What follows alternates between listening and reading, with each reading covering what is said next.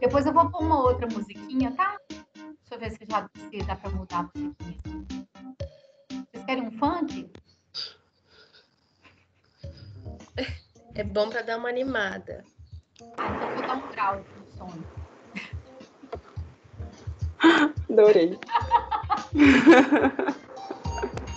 A gente não é funk, é?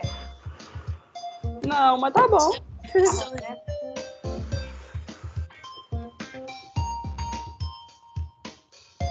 Eu tenho trauma Nossa, daquela outra música lá. De Ah. tanto que eu ouvi ela na aula de inglês. Tive trauma dela.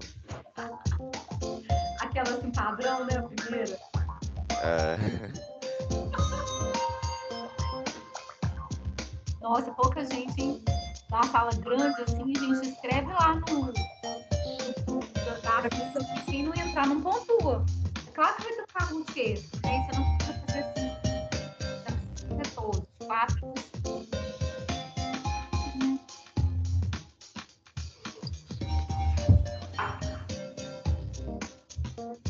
Vou esperar mais um pouquinho só.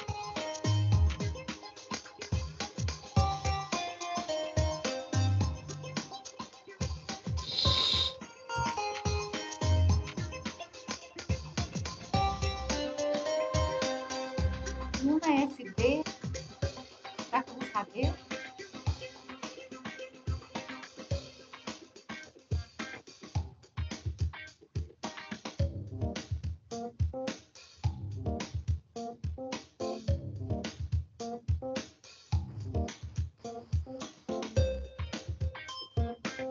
Bruna Sarmento é uma e Bruna SD é outra?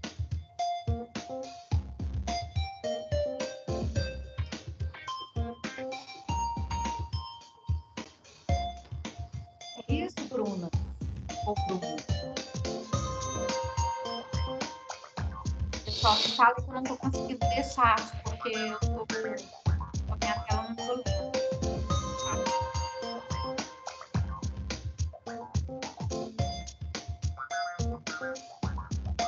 Bruna Sarmento, sim, é o quê? Vocês estão, é a mesma, que é diferente? Você é a Bruna SD? Não, Paty, Bruna SD sou eu, Bruna Davi. E não dá para escrever Bruna Davi, não? Oi? Não dá para escrever Bruna Davi, não? Davi? Tá. Porque, né, tem gente que não é da... Estão lembrando que tem gente que não é da T17, né? Que tá aqui na AIS. A gente já passou o minutinho que eu falei que ia dar, então agora eu vou começar. Tá? Aí na hora que eu começar, ninguém escreve mais. Espera só um minuto, professor. O meu tá entrando aqui. Rapidinho. Bom dia, Patrícia. Bom dia. É Augusto aqui, tudo bom? Bom dia, pessoal. Gente, o Augusto é o meu professor e o meu monitor. Queria dar um oi pra vocês. Vem ver como tá esse Kahoot aí, pessoal animado pro Kahoot, como é que tá? Tá mais ou menos, Augusto, que... Tá mais ou menos, né? Não, é porque eles não... 25 só que entraram. Tá dando certo. É porque é o primeiro ainda, Patrícia, depois o pessoal vai animar. Vou dar um tempinho a mais volta. Aí o pessoal que você entrou, assim, o Kahoot sempre chegou lá nos 5 primeiros minutos. Só vou abrir antes da sala, já vou deixar no Kahoot.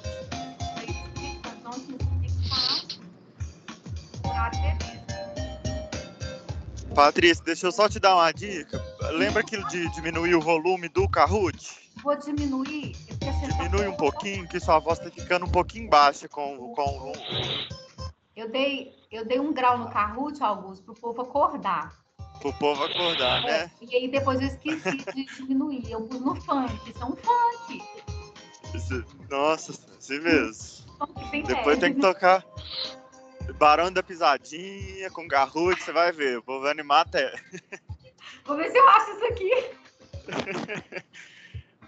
Gente, foi só isso. Foi só para dar um oi mesmo. Depois eu e os outros monitores a gente vai vir para apresentar mesmo. É um prazer estar com vocês. Foi só para dar um oi mesmo, rapidinho. Obrigada, Augusto. E depois a gente vem com mais calma, tá bom? Falou, obrigada. Beleza, Um abraço tchau, para todo tchau. mundo. Boa aula aí, gente. Obrigada. Tchau. Obrigado. Vamos começar, então? Podemos? Vamos. Vou minimizar aqui. Só porque esse der Paula na hora de. Ó, tem gente entrando na última hora, último minuto. Tchan, tchan, tchan, então vamos começar. Podemos? Vamos embora. Ninguém gritou, então é porque podemos, né? Hoje, gente, por ser o primeiro, né? Tudo novo pra gente. Nossa, eu tenho que ver, porque isso normalmente os monitores que fazem. É o primeiro para mim também. Então já apanhei o suficiente aqui. Pronto. Lembrando que quem elaborou o Kahoot não fui eu, foram os monitores. Legal, né? Professora, Sim. bom dia, tudo bem? Bom dia. Professora, o Yuri fez uma pergunta no chat, eu também tô com dúvida. Vai aparecer na tela do Teams ou a gente olha pelo site? Como é que é? As perguntas, elas vão aparecer na tela aqui mesmo ou no site? A gente olha pelo site? Na hora que eu colocar iniciar, eu fiz assim.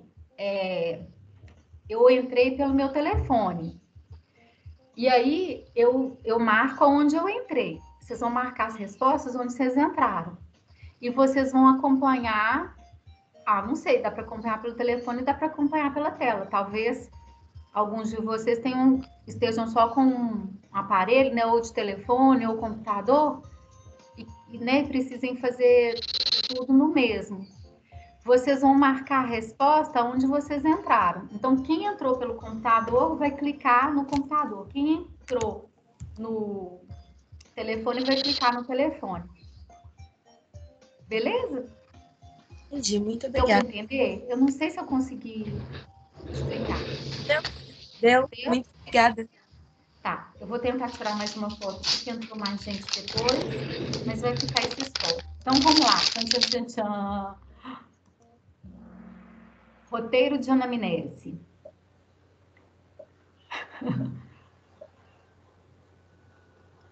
De que forma devem ser feitas as anotações dos dados no prontuário? Aí tem a letra A, B, C, D. Aí vocês marquem a letra certa.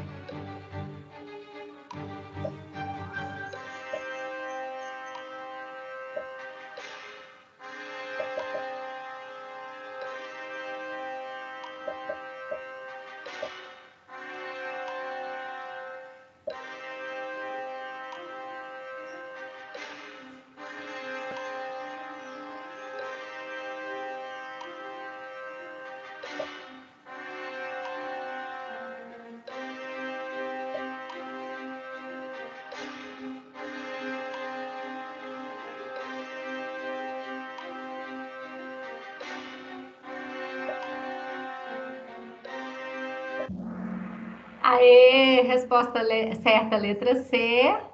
Muitas pessoas acertaram. Depois eu vou colocar as respostas, tá? Tem a devolutiva que a monitora já preparou. Olha lá, então vamos lá. Seguindo, resposta certa foi letra C, então. Próximo. E tem um ranking. Olha o ranking.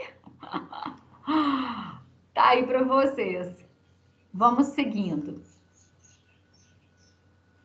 Os dados da anamnese devem ser colhidos.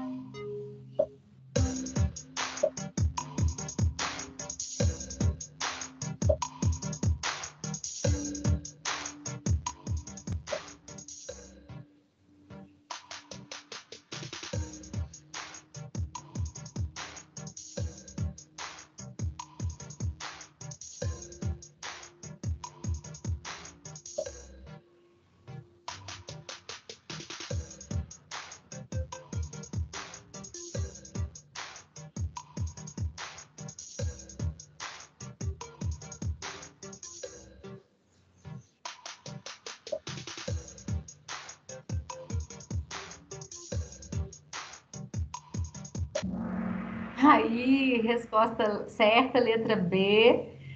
Muitas pessoas acertando. Aí o ranking atualizado. Lembrando que a pontuação do Kahoot é pela participação. Claro que no final a gente tem uma nota extra aí, né? Eu tô chegando em Vitória. Cuidado comigo. Vamos ao próximo, terceiro. São cuidados que devem ser tomados antes de chamar o paciente até a sala de consulta e no momento de recebê-lo.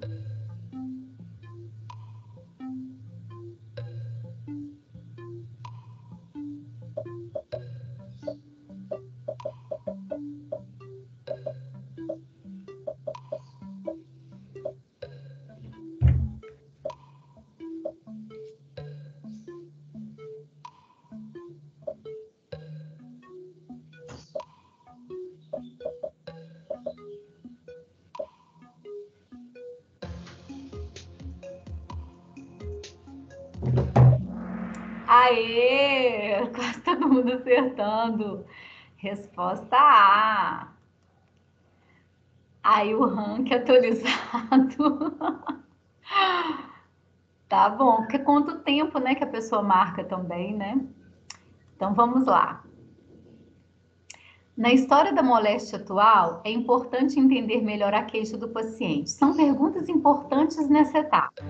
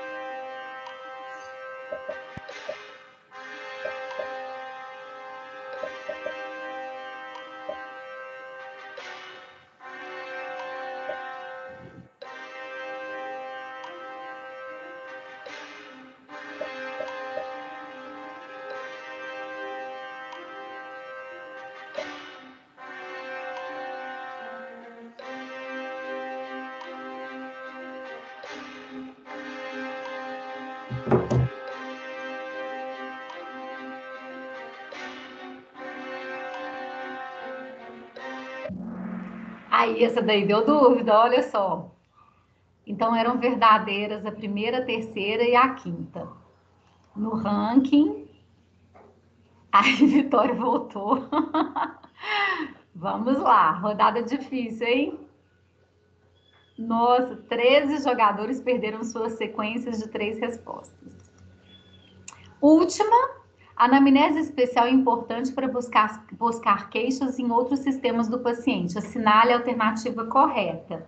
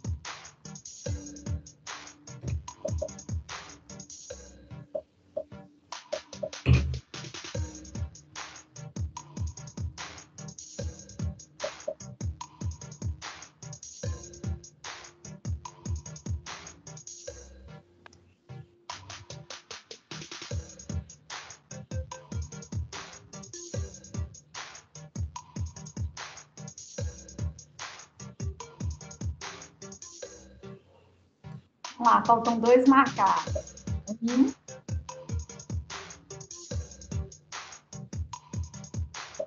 Aí. Nossa, ficou letra D, então. Letra D correta. Vamos ver o pódio. Débora. Primeiro lugar. Aê! Eu achei muito injusto esse jogo, Patrícia. Por causa O de um jogo deslize, eu virou, saí não do é primeiro mesmo, lugar. Davi? Por Eu causa não de gostei um disso, não. deslize, eu também Ó, não. vou voltar aqui. Na próxima reunião de condomínio, eu vou falar assim, não quero Kahoot mais na aula. Que isso, não Reunião de exclui não. Foi Esse- ótimo. o jogo me puniu por causa de um deslize. Eu perdi o primeiro lugar. Olha só como a vida que é. Ah, Pois é, não. gente, a vida é assim, a vida é assim. Vocês gostaram, gente? Não, gostei não, não ganhei. Olha, vejam bem. Pontua quem acerta, os acertos e a velocidade com que a pessoa marca. Então, o pessoal que fica esperando um marcar para falar no WhatsApp qual que é a resposta, vai sempre estar Eu por sou isso. uma lesma. Nem para ficar esperando no WhatsApp eu fico, eu só não leio rápido mesmo. Ah, entendi. Eu de manhã também estou bem lenta. Então, olha só. A pontuação, aqueles 10 pontos que a gente vai distribuir na primeira etapa para o Kahoot, eles sempre vão ser pela participação de vocês, né? E a gente vai ter um ranking, vai ter uma notinha, né? Um pontinho, acho que são 2 pontinhos extras para os 3 primeiros, assim, no ranking total, geral. É a única, porque também, quanto mais a pessoa participa, mais ela pontua, né? Então, eu não vou, assim, prestigiar só quem fechou. Eu vou prestigiar, assim, quem também mais participou, né? Legal, gente. Então, é isso. Vocês vejam que a gente dá uma acordada, né? Com esse Kahoot. A gente dá aquela acordada. Dá mesmo. Eu vou sair aqui da aula do 7º período, né? Que vocês não estão querendo aula do 7º, não, né? Que eu tô aqui no meu computador pegando a aula do 7º período para vocês. Imaginem só. Eu já contei para vocês que eu errei uma prova uma vez? Falei com vocês? Gente, Não, Paty. Não. então deixa eu contar o bafão. Aconteceu uma vez só, mas foi terrível. Eu cheguei no 7º período e na hora de entregar a prova, eu imprimi as duas. Eu entreguei a prova do 2º período para o 7º. O pessoal regalou o olho assim. O pessoal não lembrava mais nada do 2º período. Eu falei assim, Aí rapidinho eu soube que a prova estava errada, porque todo mundo ficou em choque, assim, sabe? Aí eu comecei a fazer revisão no 7º. Bom, tá diferente a apresentação. Vocês estão vendo diferente? Tá normal aqui. Tá normal para vocês? Gente, É uma Tá tela diferente branca? como pra você? Epa. Introdução ao raciocínio clínico e Isso. epidemiológico, medicina PUC Minas, Patrícia Regina Guimarães. para vocês tá normal, igual a aula passada. Tá. Gente, eu vou tirar uma foto aqui. Eu tô vendo os outros slides pequenininhos, assim, Será que é embaixo. porque não é você que está compartilhando e aí você tem esse acesso, não? Mas eu não tô mais compartilhando, eu baixei minha apresentação. Não Eu sei, parei de então. compartilhar, tem 2 jeitos. Porque, por exemplo, eu consigo ir para qualquer slide que eu quiser. Eu consigo pular. Ah, é? Mas aí você mexe. Se você fizer isso, é como se você estivesse pegando o controle para você fazer isso. Aí todo mundo vai ver o seu. mas sem pedir Não, o pra controle, alguém porque mudou? muda só para mim. Porque igual, eu ó. tô visualizando o terceiro slide. Pois é, eu não. Então alguém pegou o controle do slide, tá vendo? Se vocês colocam com Aqui, vocês. ô Patrícia, Ei, ali em cima tem um contadorzinho, tipo 1 de 35. Aí você isso. pode mudar as páginas de acordo com você mesmo. Não, isso eu Aí, sei. se você muda e tá fora do que você tá, tem um lugarzinho pra voltar para o apresentador. Aí volta pra primeira página. Mas muda só pra quem mudou, Paty. Não muda pra todo mundo, não. Não é igual Isso. assumir o controle, Agora não. tentem, vocês não vão conseguir mais. Olha aí, tentem aí adiantar pra vocês verem. Eu não sabia que existia isso. Aí é sacanagem, né, professor? Agora sim. Então, o slide mais importante é esse, né? Do maravilhoso, sensacional, vitaminado, Netinho. Então, né? Tinha que colocar, né, gente? Eu sou a avó coruja. Então, esse aí é o Paulo José, netinho de 2 anos. Né? Para dar assim, esse é o slide mais importante, é o momento mais importante da aula. Tá bom? Vou voltar. Lindo, maravilhoso, né? Acho justo. Vai cair na prova? Não, isso é o mais importante. Aí Anotar. eu vou perguntar assim. Não, porque quando eu carrego ele, gente, fica igual café com leite, né? É uma situação, assim. Bom, que eu preta e ele branco, né? Então, vamos Ô, lá. Patrícia, eu vou esperar Ah, a questão perguntando qual o nome e a idade, porque eu gravei. então tá. Eu vou começar, vou colocar essa prova assim. Vou Mas não começar põe isso no Kahoot, não, que eu erro, por favor. Tá bom. Então a gente vai começar assim com esse tema. Ô, gente, olha, eu assim compreendo que para vocês que não estão tendo assim cenários de prática, essa aula ela fica bem mais difícil. É muito diferente falar da entrevista médica em pediatria quando vocês estão no posto de saúde assistindo os professores fazerem as entrevistas médicas, quando vocês mesmos estão fazendo. É outro patamar, sabe? De compreensão, de entendimento. Então, o que a gente vai fazer? A gente vai fazer o melhor possível, vocês vão estudar, eu vou falar, a gente vai fazer simulação, mas quando vocês estiverem nos cenários de prática, aí vocês vão dar um salto no conhecimento de vocês sobre a anamnese, né? É uma pandemia, uma coisa completamente louca isso que a gente está vivendo. Então é isso, né? Vamos ao melhor possível. Vejam bem, eu acredito que todos vocês já tenham ido a uma consulta médica, ou tenham acompanhado alguém numa consulta médica, assim, que vocês sejam capazes de lembrar minimamente. Então, a gente tem, assim, momentos. Tem um momento, assim, que o médico recebe o paciente, ele né, se apresenta, né, e senta ali e começa uma conversa, né? Essa conversa, essa entrevista, se chama anamnese. Depois dessa conversa inicial, o que o médico vai fazer? Vamos lá para que eu te examine, né? Vai convidar o paciente para a mesa de exames e vai examiná-lo. É o outro momento da consulta médica. Depois o paciente vai retornar e aí eles vão continuar conversando.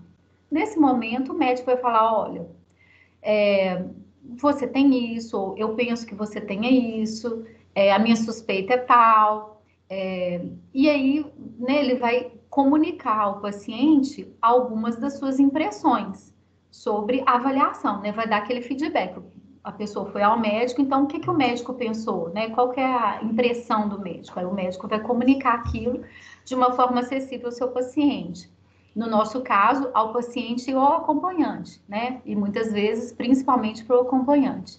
E depois, dando sequência, o médico vai explicar ali o que ele quer que faça, se são exames, se é o uso de alguma medicação, se é o uso de medicação, como que é, qual, né? Vai entregar uma receita, vai ler a receita, explicar. Então, esses são os momentos da entrevista médica, não é isso? Essa divisão, assim, desse jeitinho que eu falei com vocês, que é possível localizar isso numa consulta, isso se mistura. Essas etapas se misturam. Eu mostrei esse slide para vocês na aula passada. Então, vejam bem, eu chamo o paciente, aí ele entra, eu até dei esse exemplo, claudicando, mancando, né? Claudicar é mancar. Então, ele chega claudicando. Ele nem falou nada, eu já tô vendo que ele tá mancando. Né? Ou entra chorando, ou entra tossindo, ou entra, né? Então, eu já tô tendo uma série de impressões que são da minha observação e não da entrevista. Então, eu já tô lá na segunda parte. Aí, na hora que eu olho, que eu vou tendo algumas impressões, eu já fico pensando, nossa, será que essa criança, esse adolescente tem tal coisa, tal? Então, eu já estou lá na elaboração de hipóteses diagnósticas e o paciente nem falou bom dia direito, não é isso? Então, vocês vejam que essas etapas, elas se misturam. Mas existe essa, né, essa divisão, assim, didática para a gente entender. Hoje, na nossa conversa, né, na nossa aula de hoje, a gente vai tratar desse primeiro tópico, que é a anamnese. Vai ter uma aula que a gente vai falar de exame físico, mas vão ser noções gerais de exame físico, que vocês ainda não tiveram as matérias que dão uma sustentação teórica para que eu possa falar de exame físico com vocês. Mas a gente já começa ali alguma coisa, né, para vocês terem uma ideia. E depois, nessa aula ainda, eu vou apresentar para vocês as hipóteses diagnósticas em pediatria, né, quando a gente fala das nossas impressões, com o paciente ou com o acompanhante, a gente fala de vários tópicos. Eu vou mostrar esses tópicos para vocês e a conduta, né? O que seria? Eu vou explicar. Bom, coisas importantes para serem observadas. É legal a gente ler o prontuário antes. né? Isso apareceu lá no Kahoot. Porque quando você lê o prontuário antes, você vai ter, assim, né, você vai saber das impressões de outros profissionais que atenderam aquele mesmo paciente, você vai conhecer um pouco do histórico, né? Então, são dados importantes, assim, às vezes até de você mesmo. Você quer perguntar, Ana? Pode perguntar. Oi, professora, quero. Claro. É porque nessa questão do prontuário, a minha dúvida foi a seguinte: esse prontuário, principalmente das crianças, ele fica tipo num sistema? Como é que funciona isso? Porque, por exemplo, se for, sei lá, questão de pronto-socorro, né? Geralmente, tipo assim, esses hospitais ficam guardados num sistema mesmo. Mas se for um paciente que chega, por exemplo, num consultório, como é que eu vou ter acesso a esse prontuário? Ou eu vou ter que fazer um novo prontuário? Então, vamos lá. Vamos pensar no SUS primeiro, né? Que é onde vocês vão estagiar e o curso é todo, assim, muito, principalmente no SUS. Okay. Então, no posto de saúde, que é onde vocês vão primeiro, aí vai depender se aquele município tem informatização ou não, né? Da assistência da atenção primária. Então, se eu tenho informatização, o prontuário é eletrônico, não é isso? Então, quando o paciente chega na recepção, aí eles colocam aquele prontuário disponível ali e ele vai aparecer para mim, assim, os nomes dos pacientes. No meu computador, vai aparecer o nome dos pacientes, eu vou clicar ali e vai se abrir para mim o prontuário eletrônico. Lá, aqui em Belo Horizonte, no posto de saúde que eu trabalhava, que ele foi informatizado enquanto eu estava lá, a gente sempre imprimia as anotações daquele dia e tinha as duas coisas, o prontuário eletrônico e a gente imprimia as folhas e ficava ali disponível, né, impresso, físico, num estante ali, né, numa ordem, né, estabelecida por numeração, cadastro, etc. Então, quando é informatizado é assim, quando não é, o paciente, o usuário, passa na recepção, a pessoa localiza o prontuário físico, deixa separado e o médico vai lá no balcão, pega aquela pilha, né, de prontuários, ou na medida que as pessoas vão chegando, os prontuários vão ficando disponíveis, o médico pega e leva e lê. Entenderam? No consultório particular, bom, aí fica ao critério do médico. Eu posso já fazer tudo só informatizado, eu posso fazer tudo no papel, né? Aí vai depender de cada um. O meu oftalmologista, né, que é um vovozinho, ele faz tudo à mão, né? Eu acho muito prático. Se eu atendesse na rede privada, eu ia fazer tudo no sistema. Eu ia copiar e colar até. E fica muito mais organizado. E quando o paciente pede um relatório, eu acho que é melhor. Esse sistema, ele abrange todos os postos de saúde? Por exemplo, se a pessoa for em outro posto de saúde do anterior, diferente do anterior, vai ter esse prontuário? Depende do nível que esse registro eletrônico estiver, né? Então, quando eu trabalhava aqui no posto de Belo Horizonte, ele não estava interligado. Então, eu só conseguia ver os pacientes que estavam cadastrados naquele posto de saúde. O avanço é óbvio que é interligar os sistemas. Inclusive, assim, do hospitalar com o do posto, né? Mas aqui, pensa agora, por exemplo, eu conseguia ter acesso às consultas das especialidades que eles faziam. Por exemplo, eu tinha um paciente que ele consultava no Centro de Referência de Doenças Infecciosas e Parasitárias. Aí eu conseguia ler, mas é porque também é PBH, também era Prefeitura de Belo Horizonte. Esse estava interligado, mas eu não conseguia ver de outro posto, de outro BS. Mas assim, eu não sei atualmente, mas com o avanço a ideia é estar tudo interligado e que eu posso, por exemplo, o paciente foi para urgência. Aí eu quero saber o que o médico da urgência pensou e eu estou com o paciente lá, né, no UBS. O ideal seria que eu conseguisse entrar no prontuário lá do João 23, desse paciente, quando ele esteve no João 23, que ficasse tudo concentrado no nome, no CPF do paciente, né? Mas isso vai depender muito do município que vocês estiverem, tá bom? O ideal, o avanço é isso, é estar tudo interligado, tá bom? Tá bom, Paty, obrigada. Em Betim não tá. Bom, Então, a gente dá uma lida, né? No caso, assim, todas as consultas que você tiver acesso ali no prontuário do paciente. Preparar o consultório, gente, é muito importante. Aconteceu comigo terça-feira. Eu cheguei para atender lá no ambulatório São Vicente, que é, né, um dos ambulatórios do Hospital das Clínicas, que a gente chama ali de campus da saúde. Então, tudo é Hospital das Clínicas. Os vários ambulatórios, tudo a gente chama Hospital das Clínicas. E cada ambulatório tem um nome, assim, mas é tudo Hospital das Clínicas. Tem um hospital mesmo, onde as pessoas ficam internadas, e vários ambulatórios, né, um quarteirão inteiro. Aí eu tô lá no ambulatório São Vicente. E aí eu cheguei para atender à tarde. Então os médicos da manhã já tinham estado ali. E tem um profissional que limpa, né, os prontuários, os consultórios. Na hora que eu cheguei, que eu entrei, a minha paciente, essa primeira paciente, ela era muito ansiosa. Então na hora que eu entrei, ela já entrou junto comigo.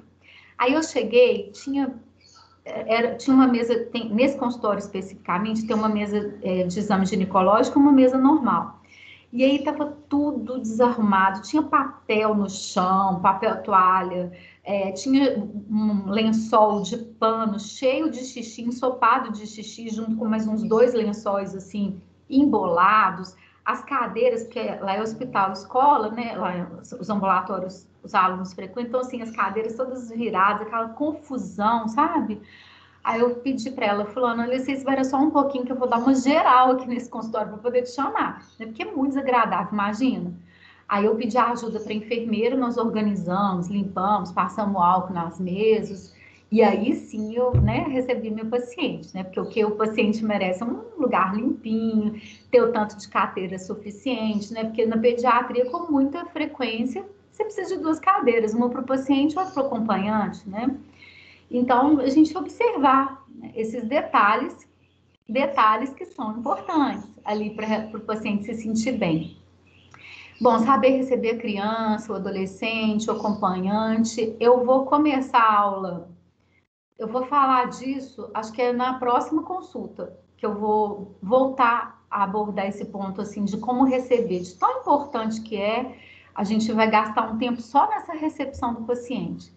Mas você saber receber bem, eu não sei se já aconteceu com vocês, assim, mas você chega numa consulta, o médico tá com uma cara de bosta, né?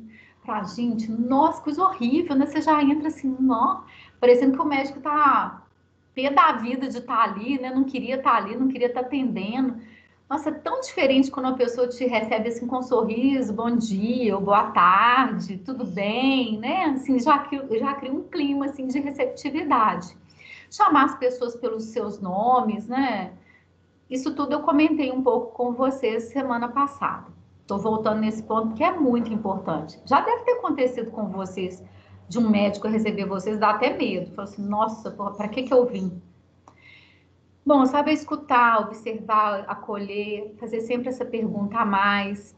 E aí, tem mais alguma coisa que você gostaria de me falar? Vocês entendem que quando vocês fazem essa pergunta a mais, está muito além da etiqueta, está muito além das boas maneiras, né? Assim, se tratar bem, esse traquejo social, isso tudo é importante, né? Para criar, faz parte, né? É um ponto importante para acolher bem o paciente. Mas quando você pergunta assim, tem mais alguma coisa que você queira me dizer? Que você abre espaço para a pessoa falar livremente, está mostrando ali não só educação, está mostrando ali um interesse de realmente escutar aquela pessoa.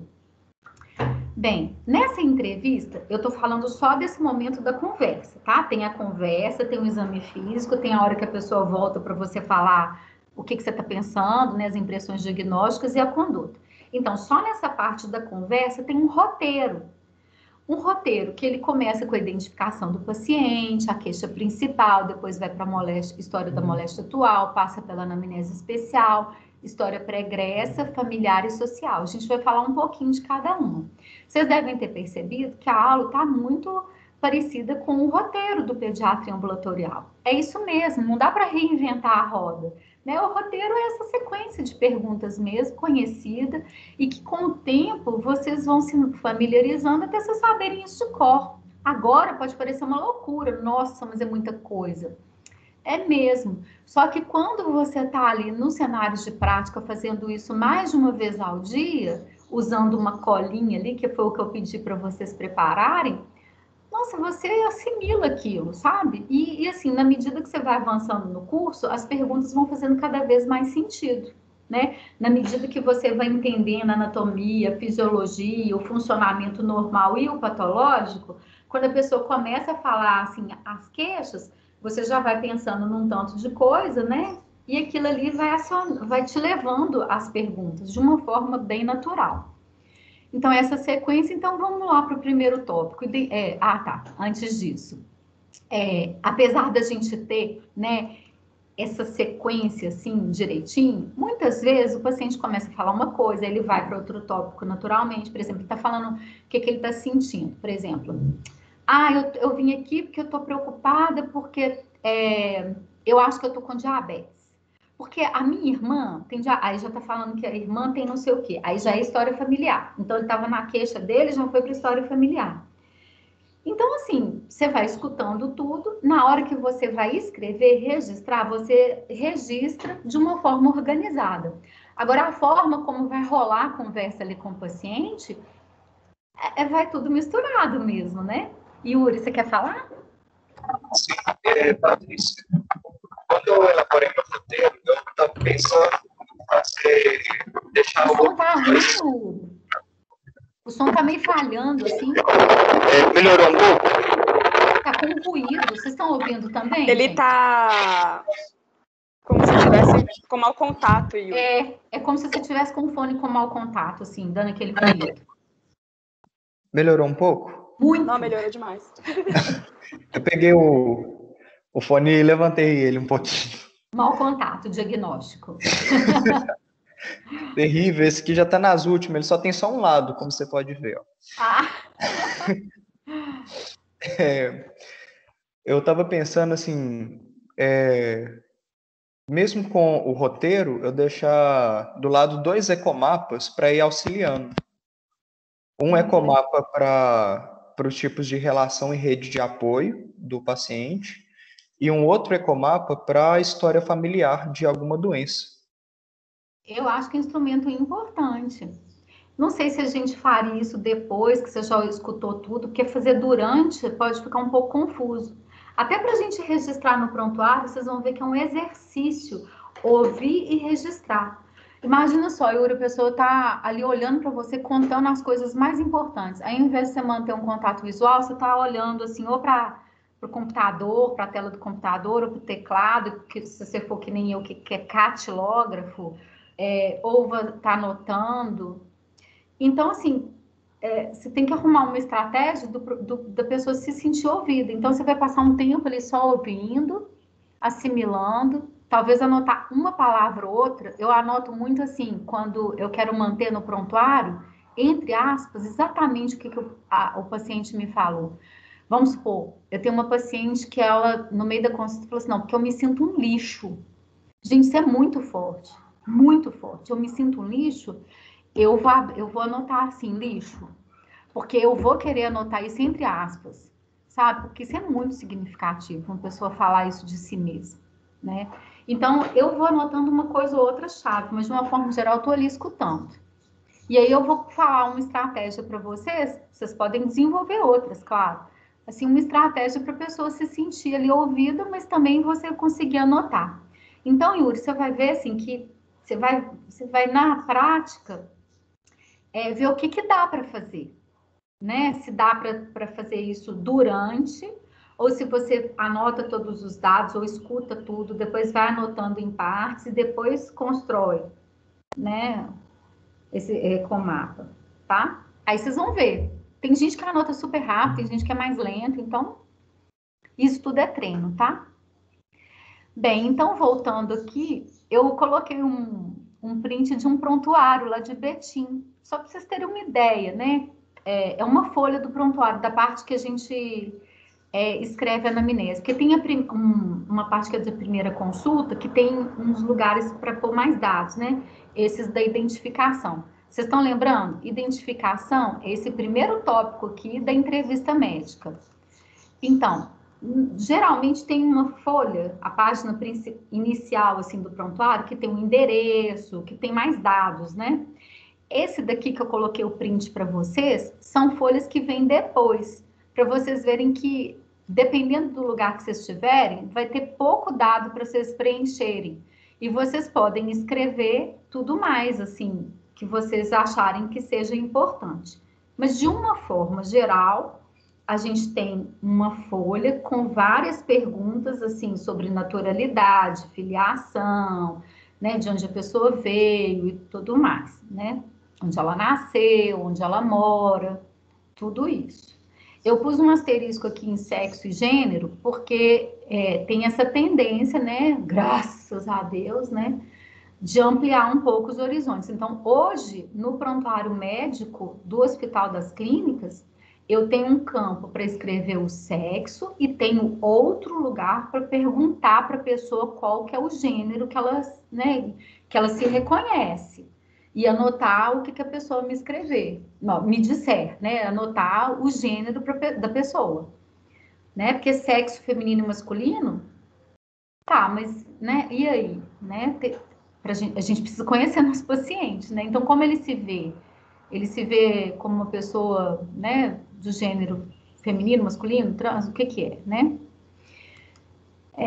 Bom, um outro dado é o informante. Em pediatria isso é muito importante, porque geralmente a criança é trazida por alguém que vai dar as informações principais. Então, eu escrevi assim, por exemplo, Maria, qual que é o grau de parentesco? Mãe. E aí, nos livros de semiologia, vocês vão ver que eles recomendam a gente caracterizar essa pessoa, se essa pessoa é um bom informante, uma boa informante, se a pessoa é prolixa, se a pessoa não informa bem. Então, nos livros de semiologia, vocês vão ver né, que pedem para você caracterizar. Aqui eu gostaria de chamar a atenção para um ponto. Isso de você dizer que a pessoa não informa bem, eu acho que você tem que pensar bastante se é um problema da pessoa não informar bem ou do entrevistador não perguntar de uma forma acessível, não conseguir, né, faltar a habilidade do entrevistador de extrair aquelas respostas, aqueles dados, aquelas informações. Então, todas as vezes que eu tenho um paciente que eu acho que um acompanhante ou um paciente que não informa bem, eu sempre penso, gente, será que eu que não estou conseguindo, assim, sabe, estabelecer um diálogo ali que a pessoa consiga entender o que eu estou perguntando e se expressar? Então, a gente sempre tem que se perguntar isso. Aí, seguindo de tópico, então já temos, né, a identificação, quem é o informante. Agora, a queixa principal. O que é a queixa principal? A queixa principal do paciente é aquilo que fez com que ele viesse, né, ao posto, à urgência, ao consultório, o que for. Então, você vai perguntar do seu jeito qual que é o motivo dele estar ali, né? Você pode perguntar: o que está acontecendo? O que está te incomodando? O que eu posso ajudar? O que fez com que você marcasse? Por que você marcou essa consulta? Porque, né, tem várias formas de perguntar, mas o que você quer saber? Por que aquela pessoa marcou essa consulta? Por que aquela pessoa procurou assistência médica? Nesse tópico, a gente tenta, sempre que possível, colocar do jeitinho que a pessoa falar. Aí eu vim para controle de saúde. Ou puericultura. Puericultura é o nome da consulta de controle de saúde da criança. Aí eu vim só porque era consulta de controle. Aí eu vim por causa de dor de cabeça. Aí eu vim por causa de não sei o quê. Então, você abre aspas e coloca do jeitinho que a pessoa falou. Só aquela causa principal. E não a explicação sobre a causa principal. Então, a queixa principal é o motivo que fez com que a pessoa viesse. E o recomendável é a gente abrir aspas e colocar do jeitinho que a pessoa falou. Tá certo? Às vezes não vai ser possível, a pessoa chega desmaiada. Então, o que é queixa principal? Risquinho. Ah, vim só para o controle de saúde. Então, controle de saúde. Né? Vim por causa de dor de cabeça. Dor de cabeça. Tá certo? Então, essa é a queixa principal. É uma coisa simples. Por que a pessoa parou ali, né? Por que ela marcou a consulta? Eu estava até com dúvida nisso. Queixa principal não é necessariamente, tipo assim, quando a pessoa procura, quando ela tá mal. Se ela está ali fazendo um exame de rotina, por exemplo, igual geralmente criança tem que ir uma vez ao ano e tal, também é uma queixa principal. Queixa principal, você não fica fixada nessa palavra queixa, não. Queixa principal significa o motivo da consulta. Pode ser uma queixa ou não. Mas o tópico se chama queixa principal, QP.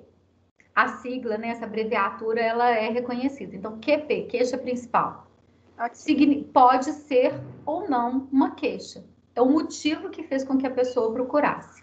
Tá certo? E aí, se essa queixa principal for uma queixa, for uma dor, um desconforto, for alguma coisa dessa ordem de queixa, aí você não vai tentar entender essa queixa? Você não vai perguntar assim, quando que começou? O que que melhora? O que que piora? Então, isso já é outro tópico, já é a história da moléstia atual. Então, a história da moléstia atual nada mais é do que um detalhamento daquilo que a pessoa falou que foi o motivo dela vir. Desde que seja uma queixa, né? Porque se foi assim, eu trouxe meu filho para fazer consulta de controle. Então, não tem queixa. Então, vai ter história da moléstia atual se não tem moléstia? Não, risquinho. Entendeu? Então, só vai ter história da moléstia atual se tiver uma queixa, orgânica ou não. Mas uma queixa. Eu tô triste. Triste é orgânico? Não. Quer dizer, pode até ser, né? Mas assim, a queixa é tristeza. Então, tem alguma coisa que tem ali como queixa. Então, você vai... desde quando você percebe que você tá triste? Aconteceu alguma coisa e depois desse fato você ficou triste? Teve algum evento na sua vida? Aconteceu alguma coisa? E você fica triste até chorar, assim? Ou fica só com aquela tristeza, assim, o dia todo, não chora? Como que é? Te atrapalha fazer suas coisas ou não? Então, seja qual for a queixa, dá para você ir perguntando.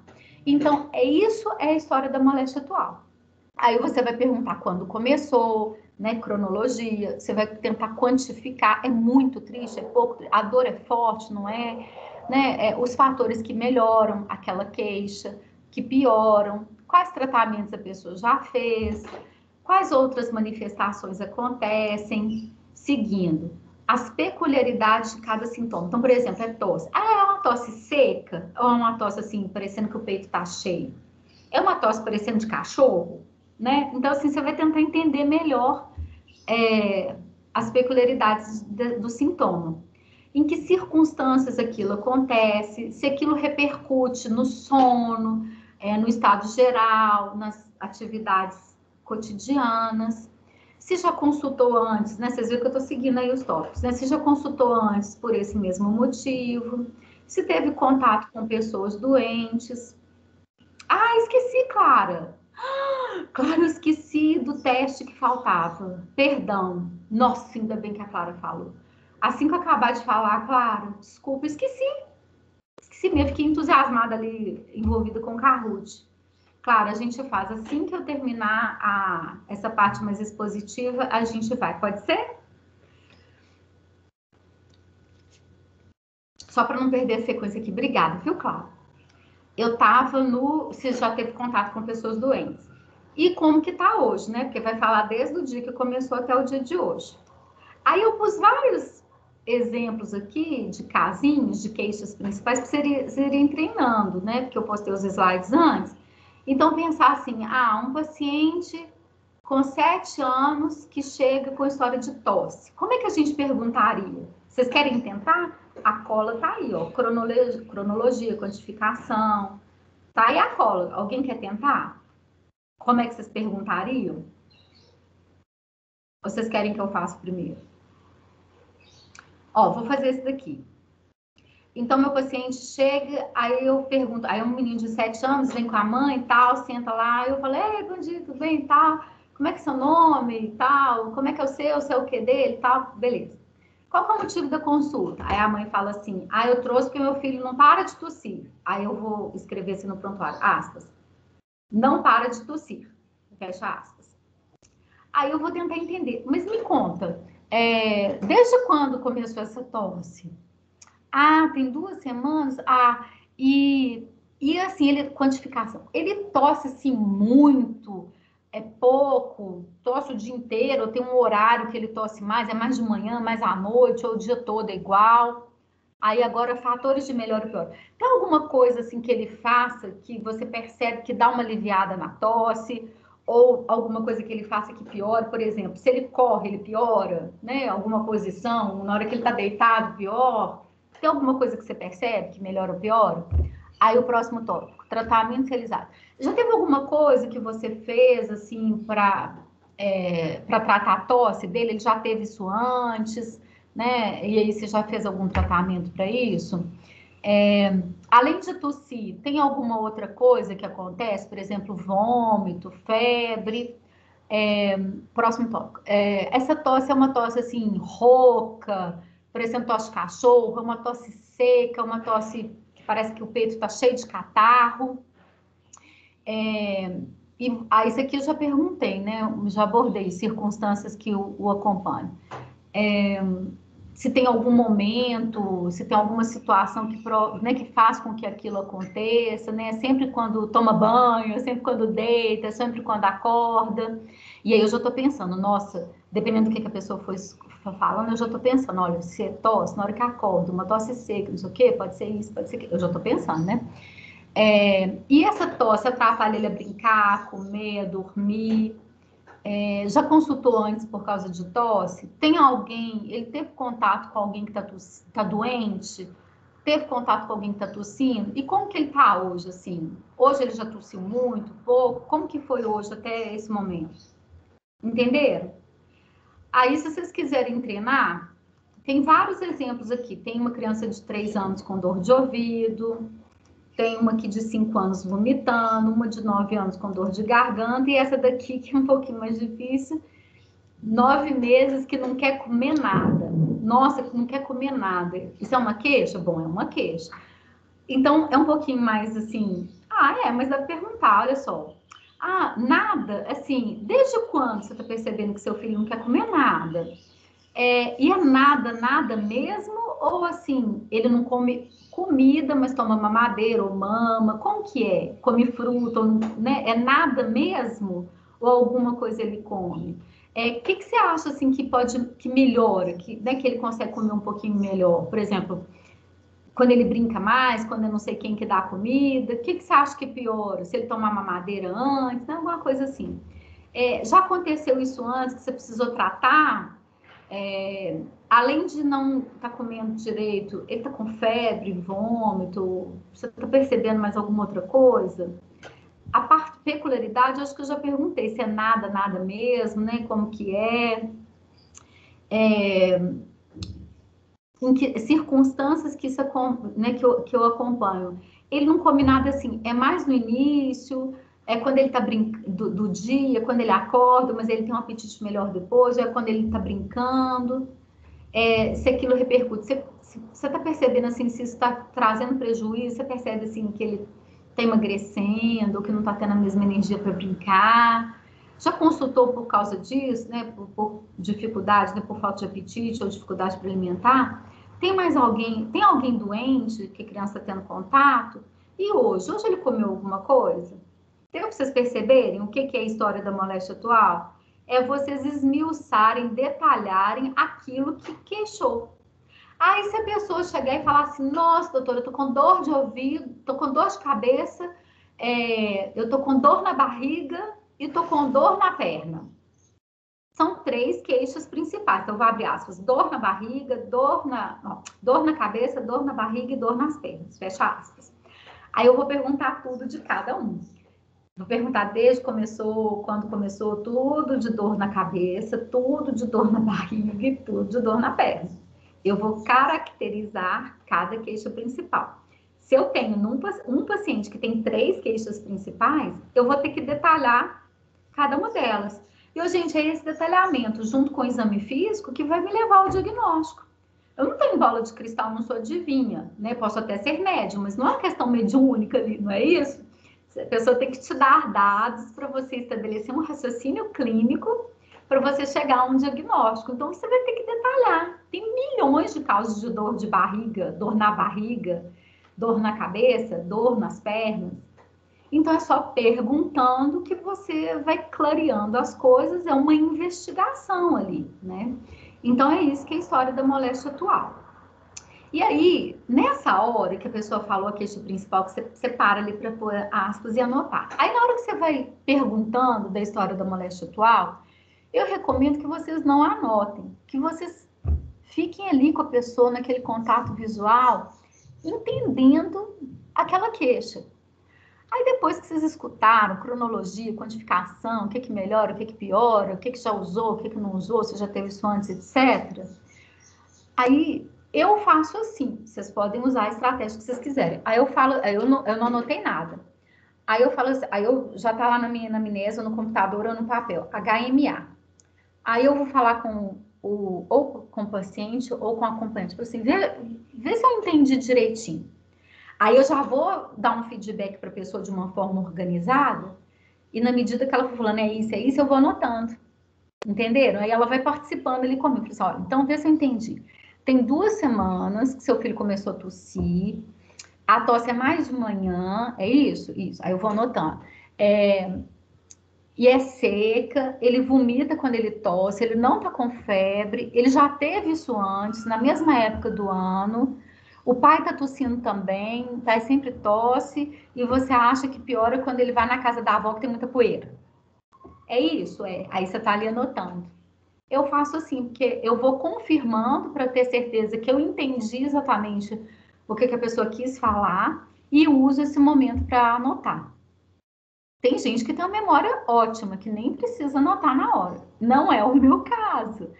A minha memória não é ótima, ainda mais se eu tiver dormido pouco, como aconteceu esta noite. Então, aí eu vou anotar numa ordem, não na ordem que a pessoa foi falando, mas numa ordem, assim, que faça um sentido, né, cronológico. Mudando de tópico, agora anamnese especial. O que é isso de anamnese especial? É simples. A pessoa teve uma queixa que você detalhou direitinho. Essa queixa deve ser de um dos sistemas, né? Locomotor, respiratório, digestório, circulatório, não sei de qual sistema que foi. Ela teve a queixa dela. E o resto todo? Tá funcionando bem? Tá tudo bem? Tá sem queixas? Já teve alguma coisa assim importante que você queira falar daquilo, daquele tópico, né? Então você vai perguntar da cabeça aos pés se tá tudo bem. Então a anamnese especial é você tentar saber se além da queixa principal, tem alguma outra coisa acontecendo, de problema, de queixa, que a pessoa não te falou. E aí, como você vai perguntar assim, na hora que você estiver perguntando, por exemplo, do sistema urinário, pergunta assim, se está fazendo xixi numa frequência boa, se o xixi está claro, se está sem cheiro forte. Vai perguntar do digestório, quantas vezes evacua ou faz cocô, né, por dia, como que são as fezes. Então, você vai dar uma, entre aspas, geral nos outros sistemas que você não abordou, porque não apareceu, porque a pessoa falou da queixa principal e você detalhou aquela queixa. Mas se você pergunta da cabeça, dos olhos, do ouvido, nariz, garganta, que é o Kong, né, que caiu no Kahoot de vocês, não é ossos, né, são olhos. Então, cabeça, olhos, ouvido, nariz, garganta, pescoço, né? Aí você vai perguntando, pergunta do sistema respiratório, digestório. Só que você não pode, se você detalhar demais, você pode induzir a pessoa a dizer alguma coisa. Então, você pode perguntar mais geral. Então, vamos lá. Dentro desse tópico anamnese especial, você pergunta... Sim? Rapidinho, desculpa de interromper. Claro. Assim, quando você falou das consultas da UBS que você dava, que era em média, assim, meia hora, eu fico me perguntando, depois de ler essa anamnese especial, eu vi que tinham muitos dados. Como é que a gente abarca tudo isso numa consulta só? Parece impossível, sabe? Boa pergunta. Pois é, gente, como que faz? Bom, se vocês forem fazer uma entrevista dessa hoje, vocês vão treinar, vocês vão ver que fica curto o tempo. Mas com o treino, você consegue fazer uma entrevista assim, detalhada em pouco tempo. Mas é claro que não vai depender só do médico, vai depender da queixa, vai depender da pessoa. Então, muitas vezes, vão ficar algumas coisas para o próximo encontro. Isso pode acontecer, não é? Como que é uma consulta de pronto-socorro, de pronto atendimento? É basicamente a queixa principal, a história da moléstia atual. Você pergunta, tem mais alguma outra coisa acontecendo, da cabeça aos pés? Não. Então, tem alguma doença na família? Tem alguém doente? Você dirige mais. e já passa para o exame, né? Então, a gente vai criando uma habilidade para fazer essa entrevista. Você não vai perder tempo olhando na sua cola, né? Você vai deixar para anotar depois, ou você vai começar a anotar rápido, e vocês vejam por que às vezes não justifica, né? Mas pelo menos você entende por que as letras ficam horríveis às vezes, né? Porque você vai anotando tanta coisa rápido que você quer gastar o tempo que você tem com o paciente, não anotando, né? Mas não justifica, não. A gente tem que tentar fazer direitinho, por isso que é bom informatizado, que a letra fica legível, né? Mas é um treinamento. É um treinamento. A velocidade que vocês vão fazer a consulta na PC vai ser totalmente diferente quando vocês estiverem na sinologia, tá? É um treinamento. E muita coisa não vai dar tempo de você abordar. Mas você tem um acompanhamento de saúde para fazer. Você pretende ver esse paciente de novo sendo OBS. Aí você pode complementar, tá bom? Então, na anamnese especial, até quando vocês forem fazer o caso clínico, não precisa detalhar todos esses tópicos, não. Você pergunta assim, cabeça, olhos, essa parte aqui, tem alguma coisa acontecendo? Tem alguma coisa, daqui para cima acontecendo? Olhinho, nariz, ouvido, garganta, alguma coisa? Você pode perguntar assim de um jeito mais geral. Mas vocês vão ver no pediatra ambulatorial um detalhamento grande, né? Sistema respiratório. Como que eu perguntaria para o paciente sobre tosse, expectoração, chieira, taquidispneia? Taquidispneia é respirar rápido e com esforço. Taquide rápido, dispneia de dificuldade. Respiração bucal é pela boca, apneia é pausa respiratória, parar de respirar e obstrução e obstrutivo do sono, aquele pessoal que para, fica segundos longos sem respirar durante o sono. Então, como que eu vou perguntar isso de uma forma assim, sem direcionar a pessoa para uma queixa? Assim, como é que tá a respiração do seu filho? Tá tudo bem? Pulmãozinho. Sistema cardiovascular. Cianose, a pessoa ficar com a coloração arroxeada, geralmente por baixa de oxigenação no sangue. Dispneia de esforço, né? Quer dizer, a pessoa tá tendo cansaço quando ela caminha em esforços leves, moderados ou esforços grandes, intensos.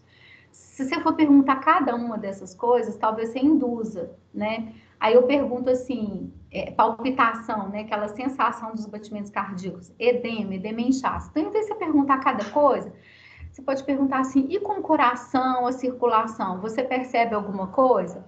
Aí você pode pensar assim, nossa, mas claro que ela não vai perceber nada. Gente, engana, as mães examinam os meninos. Sabe, até no mundo animal você vê a mãe ali catando, observando, verificando. Então, quantas vezes já apareceu espontaneamente a mãe dizer assim, espontaneamente na consulta, a mãe falar assim, nossa, eu tô achando que o coração do meu filho tá muito rápido. Porque na hora que eu encosto ele assim, eu sinto o coraçãozinho dele batendo muito forte e rápido, isso é normal. Então, eles percebem isso sim. Então, quando você pergunta, eles têm uma resposta. Ana, quer perguntar? Professora, sou eu de novo. Sem problema. Desculpa. A partir de que idade, mais ou menos, que a gente pode... É porque eu não queria descredibilizar a criança, sabe? Mas, às vezes, eu tenho um pouco de medo de ser meio lúdico para ela, sabe? Não sei muito o que está acontecendo. E aí, a partir de que idade, mais ou menos, que você acha que a gente pode, tipo assim, começar a incluir as queixas da própria criança sobre a situação? Eu acho que desde o momento que ela consegue falar.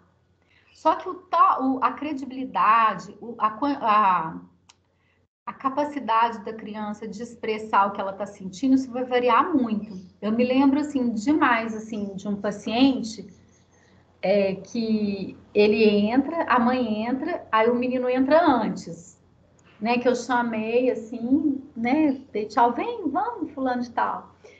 E aí... eu deixei a porta aberta esperando, pessoas já conhecidas, né? Aí o menino entra segundos antes da mãe, levanta a blusinha, um menino assim de 3 anos, levanta a blusinha e fala assim, eles falam Patrícia de um jeito assim, os meninos não conseguem falar Patrícia, né? E viu um negócio assim embolado, levantando a blusinha e falando assim, tá doendo aqui, a minha barriga tá doendo aqui, e apontando para a barriguinha. Antes da mãe entrar e tudo, né? Então, assim, eu sei que esse menino tá com dor de barriga. Se ele vai conseguir me explicar, provavelmente não. Mas eu agachei e falei assim, tá doendo aqui? E é forte? Aí ele ficou assim, aí ele fez assim. Aí, assim, eu vou ter que perguntar para a mãe dele se a dor tá fazendo com que ele chore, que ele pare uma brincadeira que ele gosta, se tá dificultando ele a dormir. Porque até a mãe, para falar se a dor do filho é forte ou não, é igual aquela história, o menino vomitou. Aí eu pergunto para a mãe assim, vomitou muito? Aí a mãe, nossa, vomitou demais. Nossa, mas foi muito mesmo. Assim, né? Aí eu falo, quantas vezes ele vomitou? Uma vez? Mas vomitou tudo que tinha comido. Então, assim, um vômito para ela, de uma alimentação inteira, era muito.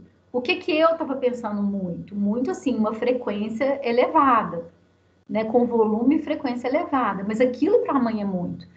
Saiu sangue no nariz. Foi muito? Foi muito.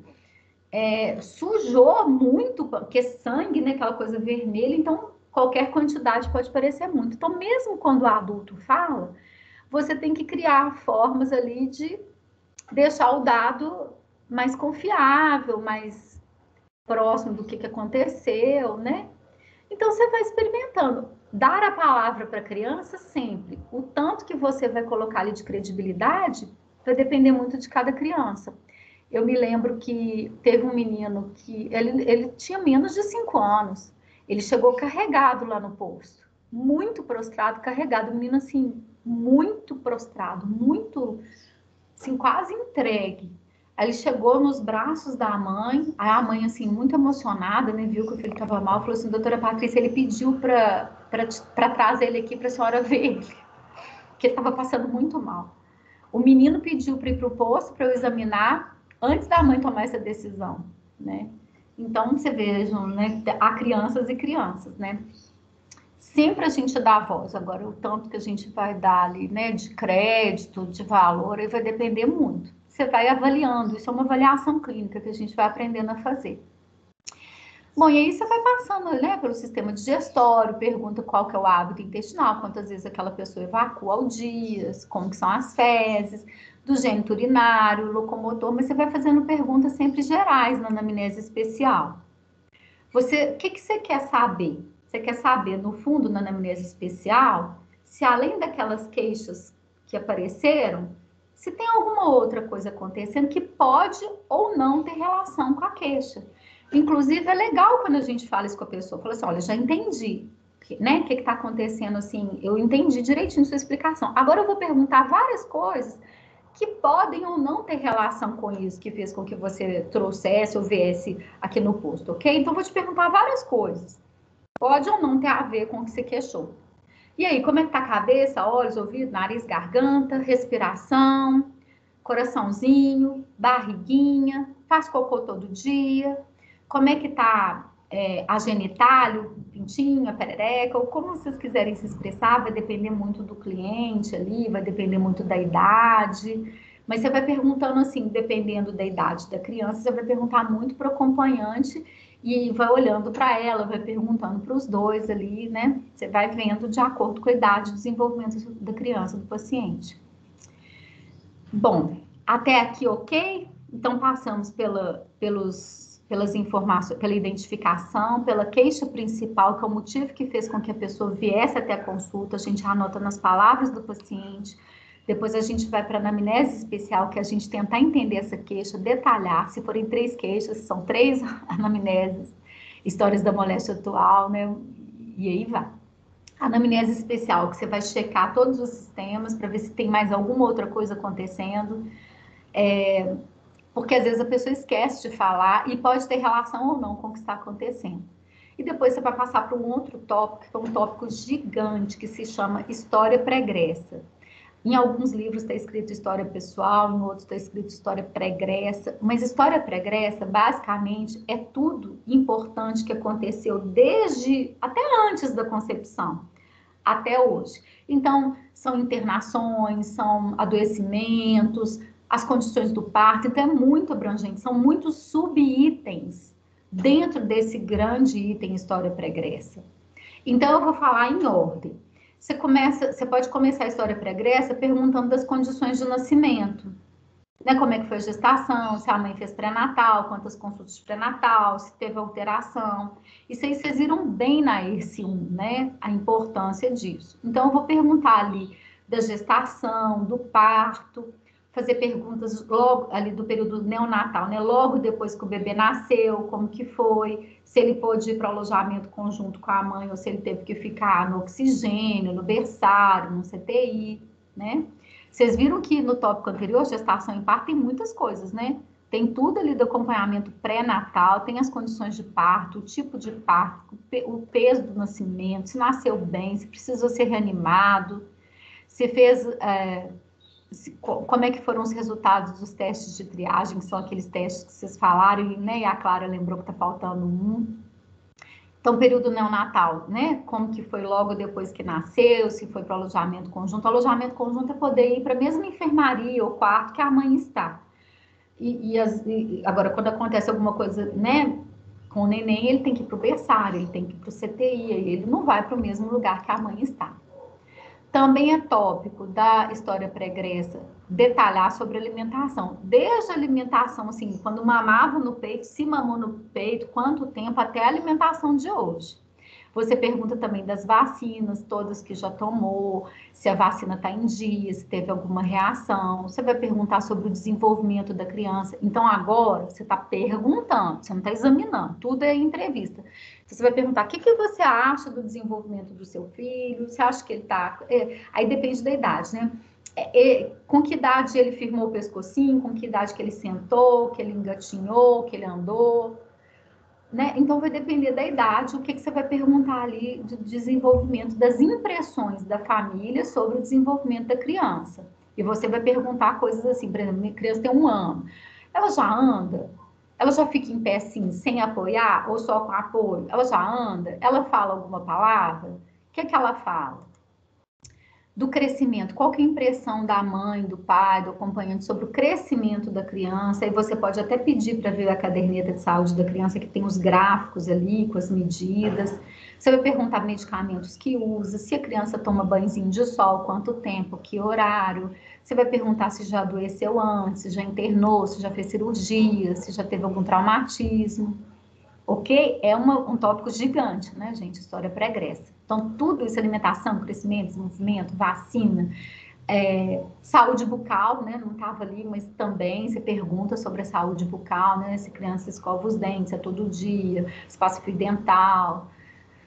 E aí a gente vai para outro tópico, que é a história familiar. Na história familiar, basicamente, você vai tentar conhecer a saúde da família. Ali, aquela família, né, nuclear.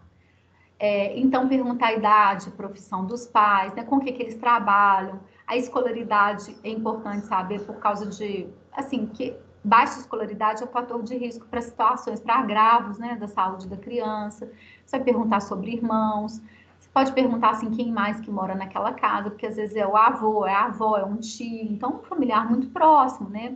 Você vai perguntar se os pais são parentes. Você vai perguntar sobre aquelas doenças que têm essa marca genética, né? Por exemplo, diabetes, hipertensão, asma, né? E essas outras aí que eu coloquei para vocês. Você vai perguntar, no caso do adolescente, se ele... Aí, no caso do adolescente, você vai perguntar lá na história pregressa sobre o uso de álcool ou outras drogas. Aqui, você vai perguntar se a família fuma, ingere álcool, se a família usa outras drogas além do álcool. Ok? Então, você vai ter uma ideia. Aqui é bom perguntar da dinâmica familiar, né? Como é que é essa família? Porque, gente, a gente não pode supor que a família assim, é pai, mãe e filhos, né? As famílias são plurais, né? Então, tem família de tudo quanto é constituição que você imaginar. E isso não quer dizer nada. Não quer dizer porque não é pai, mãe e filhos, não, se for diferente disso não vai dar certo. Que isso? Claro que não. Pode ter pai, mãe e filhos, é o caos. E pode ser assim, tia com a mãe e o filho de uma, de outra, ou então, né, 2 mães. Nossa, gente, nada quer dizer nada. Você tem que ver como que funciona, se funciona bem ou não. A história social, o último tópico, você vai tentar entender mesmo, né, esse âmbito socioeconômico. Então, você vai perguntar da renda da família aproximada em salários mínimos, é o que eles recomendam nos livros de semiologia. Eu costumo... Bom, tem gente que fica constrangida de perguntar quanto ganha, quantos salários e tal. Então, eu faço assim, às vezes, pessoalmente, que eu tô falando, né? Tá escrito nos livros de semiologia que você pergunta, assim, a renda aproximada da família, em salários mínimos e tá. Isso é a recomendação. Vou dizer para vocês como que eu faço. Eu penso assim, por que eu tô perguntando da renda? Eu tô perguntando da renda porque eu quero saber se aquela família consegue pagar as contas, se aquela família tem dinheiro para comprar alimentos, né? Se ela tem dinheiro suficiente para se sustentar. Então, o que eu faço? Eu pergunto isso, eu pergunto assim, quem trabalha? Fulano, tal. Então, somando, todo mundo ajuda em casa com as despesas? Assim ou não?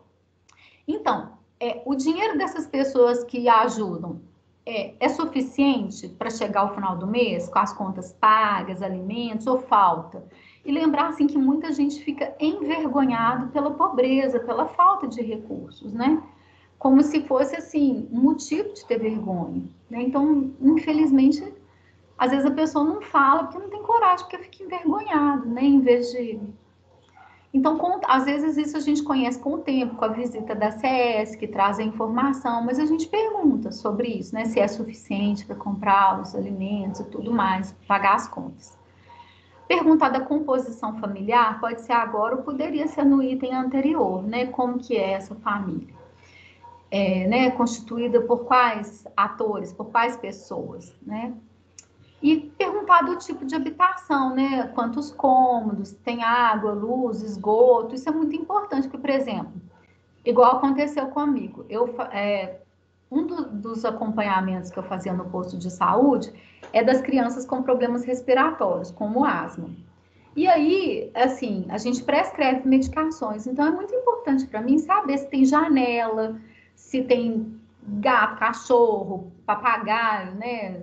Em casa, se tem fatores ali, se tem cortinas, se tem tapete. Gente, eu já tive paciente com asma que morava no porão. Então, gente, como que eu vou fazer um controle da asma? Como que eu vou achar que eu vou controlar com medicação a asma de uma criança que mora num porão, que é úmido, que não tem nenhuma janela? Então, isso é muito importante da gente conhecer, né? E às vezes a gente passa longe disso. E o social, ele interfere muito na saúde física, mental, né? Então, a gente precisa perguntar. O menino chega ali com dor de barriga ou não. Gente, é muito importante saber se tem esgoto, água tratada, tem filtro em casa, como que é a água que essas pessoas bebem, não é isso? E saber da profissão e situação legal dos pais. Bom, eu já perguntei sobre a profissão lá na história familiar, né? Situação legal dos pais?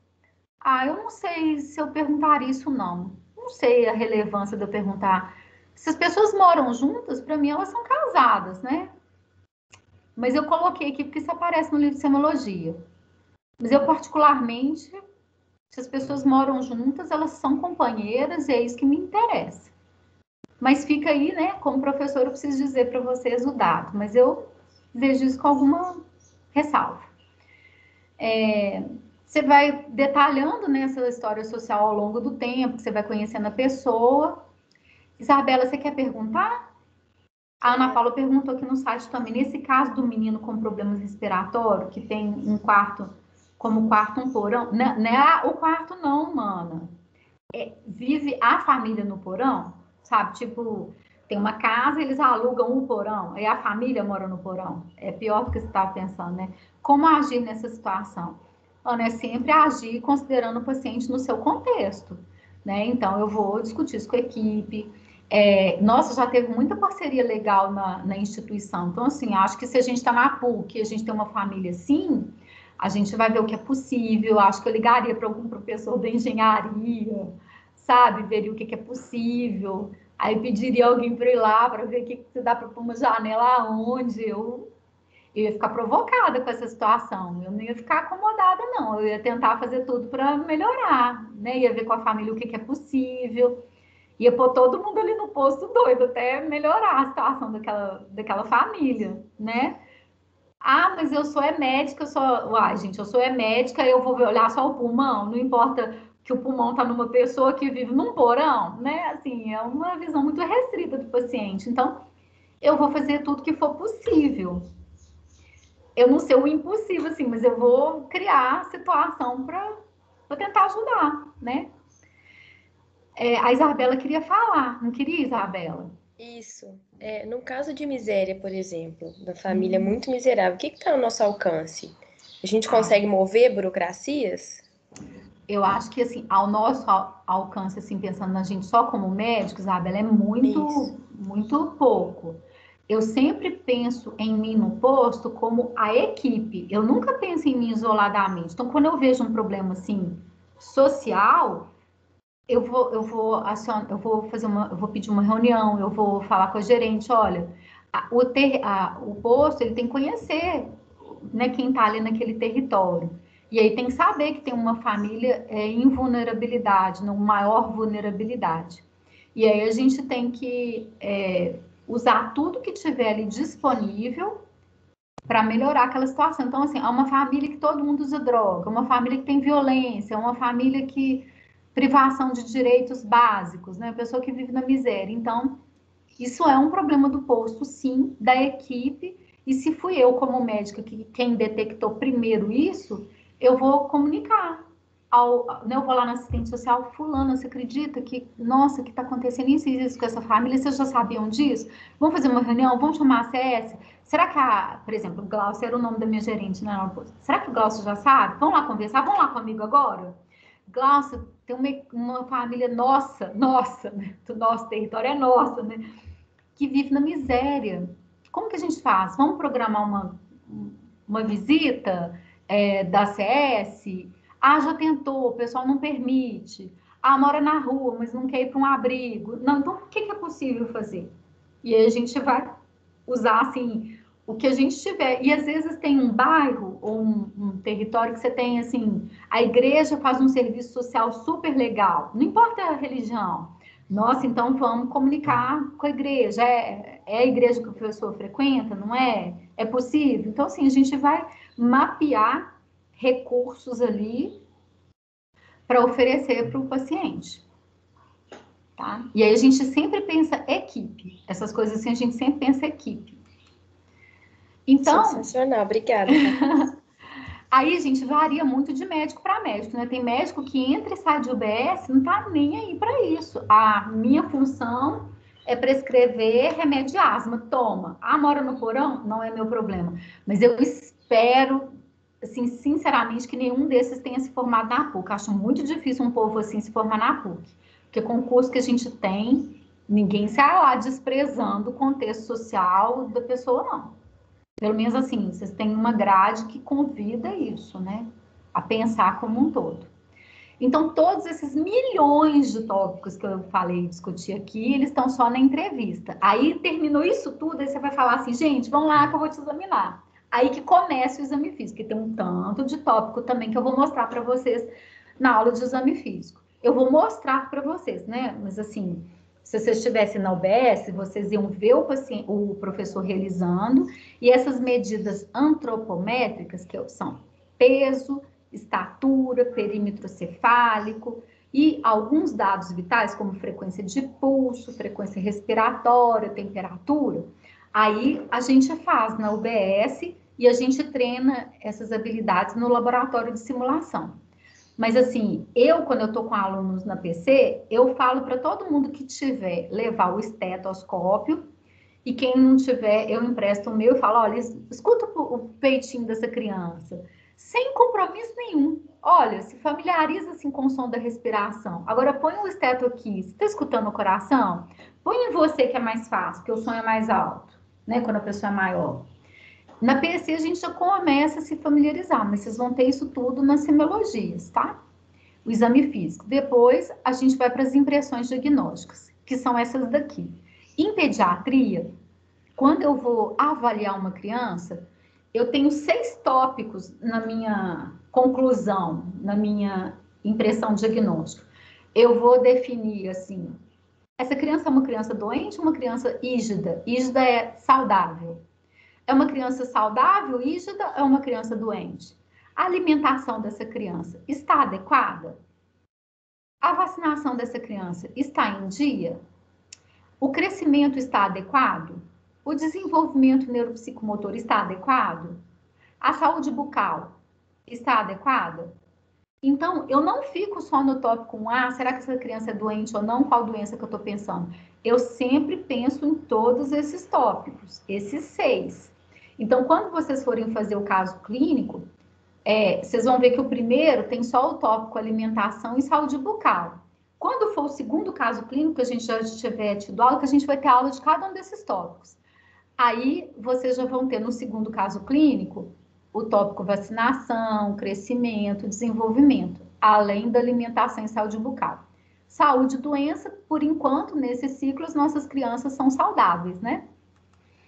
E a conduta, que é o final, é você dar um retorno ali para a pessoa. Olha, você veio aqui por causa de tosse? Então, tô pensando que tá tossindo porque o tempo tá muito seco e quente, né? Então, assim, de uma forma geral, tá todo mundo tossindo mesmo. Então, vou te receitar aqui, pôr uma toalha molhada dentro do quarto para umedecer o ambiente. Ou você tem um umidificador. Né? A população, de uma forma geral, que a gente lida com ela, não tem um umidificador de ar, né? Então, olha, põe uma vasilha com água que não tenha risco de afogamento, né? Põe uma toalha molhada ali no quarto, porque a água molhada, aquela água vai evaporar e vai ficar ali naquele ambiente fechado, então a pessoa respira um ar com uma umidade maior. Vamos hidratar mais, vamos lavar o narizinho. Então, assim, de acordo com o que você for pensando, você vai, né, fazer, assim, as suas orientações. Você vai dizer, né, o que você está pensando, qual que vai ser o tratamento, se vai pedir algum exame, você vai explicar por que você vai pedir aquele exame, né, onde que vai fazer, onde que vai marcar. Se você for receitar alguma coisa, você vai preencher ele na hora, o receituário vai entregar, olha, vamos ler junto, tá escrito assim, assim, assim, assim. Você entendeu? O que você entendeu? Me explica o que você entendeu, me fala a receita agora. Né? E além disso tudo, você ainda orienta sobre alimentação, as próximas vacinas, o crescimento, o desenvolvimento, você, né, eu falo quais são os estímulos que você deve dar para a próxima fase da criança, fala da escovação, do fio dental e faz prevenção de acidentes. Gente, isso tudo numa consulta só. A gente vai ter aula sobre prevenção de acidentes, a gente vai ter aula disso tudo. No final da IRCE 2, vocês fazem uma excelente pericultura. Pelo menos essa parte assim da entrevista, das hipóteses diagnósticas, conduta. O exame físico é que não dá para vocês fazerem todo. Mas com as medidas vocês conseguem muita coisa. Pois é, gente. É isso. É muita coisa. Igual, eu não lembro mais, acho que foi Bárbara que perguntou, como assim em 30 minutos, né? 30 minutos, Bárbara? Acho que são 20 minutos por consulta. 20 minutos por consulta. Claro que não dá tempo, né? Não dá. Nossa, Paty, tem que ter destreza para fazer. Mas vocês vão ver os professores de vocês fazendo, vocês vão ver que vai levar 1 hora. Porque explicando para vocês, né? Bom, como é que vai ser a nossa simulação? Vou propor para vocês uma simulação. Eu pedi que vocês fizessem uma cola, um roteiro para vocês poderem treinar um com o outro. Vocês vão fazer chamada de vídeo de WhatsApp ou no Teams, vocês têm salas, né, já no Teams, mas aí são só duplas. Vocês vão fazer do jeito que vocês quiserem, mas tem que ser alguma coisa de vídeo. E como eu expliquei para vocês na outra aula, eu vou explicar de novo agora. É uma dupla em que, primeiro, um vai ter o lugar de médico e o outro vai ser o acompanhante do paciente, porque as nossas crianças são novinhas, elas vão estar... Vocês vão simular, vocês vão fingir que o menino entrou dormindo, que o menino entrou cansado e deita no colo, traz no colo, então chega no consultório, o menino senta e já dorme no colo da mãe. Vocês vão dar um jeito de apagar a criança para ficar essa conversa, porque o meu objetivo é vocês treinarem a anamnese. Por isso que eu vou pedir um diálogo entre 2 adultos. É porque o objetivo nosso é treinar esse roteiro de vocês. Então, a gente vai dar um jeito de simular, né, por exemplo, faz de conta que eu entro com o menino, né, eu tô fazendo dupla, sei lá, com a Bárbara, eu sou a paciente, então eu sou a mãe da paciente, eu chego com o menino, nossa, doutora, ele acabou dormindo ali na sala de espera, eu vou deixar ele quietinho aqui, tá, mas a gente vai conversando, vocês vão simular uma situação. Então, um vai ser médico, outro vai ser paciente. A gente tem que definir antes quem que vai ser médico e quem que vai ser paciente. Eu vou postar no Canvas 2 roteiros. anamnese 1, anamnese 2. Quem vai ler vai ser quem estiver ocupando o lugar de paciente. Então, primeiro, quem for paciente vai ler o roteiro 1. E aí vai tentar entender qual que é a história que é para você, né, representar ali, qual que é o contexto, que idade que vai ter seu filho, qual que vai ser a queixa, a circunstância. Tem as orientações lá, no roteiro 1. O médico não vai ler. O médico vai pegar o roteirinho na cola que ele fez, vai deixar ali do lado e vai ficar espiando enquanto está fazendo a entrevista. Depois que acabar, aí não faz exame físico. Aí falou assim, não, aí vocês vão interromper a simulação com a seguinte situação. Bom, agora, tem mais alguma outra coisa que você gostaria de falar? O médico, né, vai falar assim, bom, então agora eu vou examinar seu filho ou sua filha, tá ok? Aí encerra a simulação. Aí vocês vão trocar uma ideia. Quem foi paciente fala assim, você esqueceu de perguntar vacina, você esqueceu de perguntar não sei o que, não sei o que, não sei o que. Você vai dar um feedback para o seu colega que foi médico. A pessoa vai ter 20 minutos para te entrevistar, tá? Depois que vocês concluírem que o paciente tiver dado o feedback, vocês vão trocar de lugar.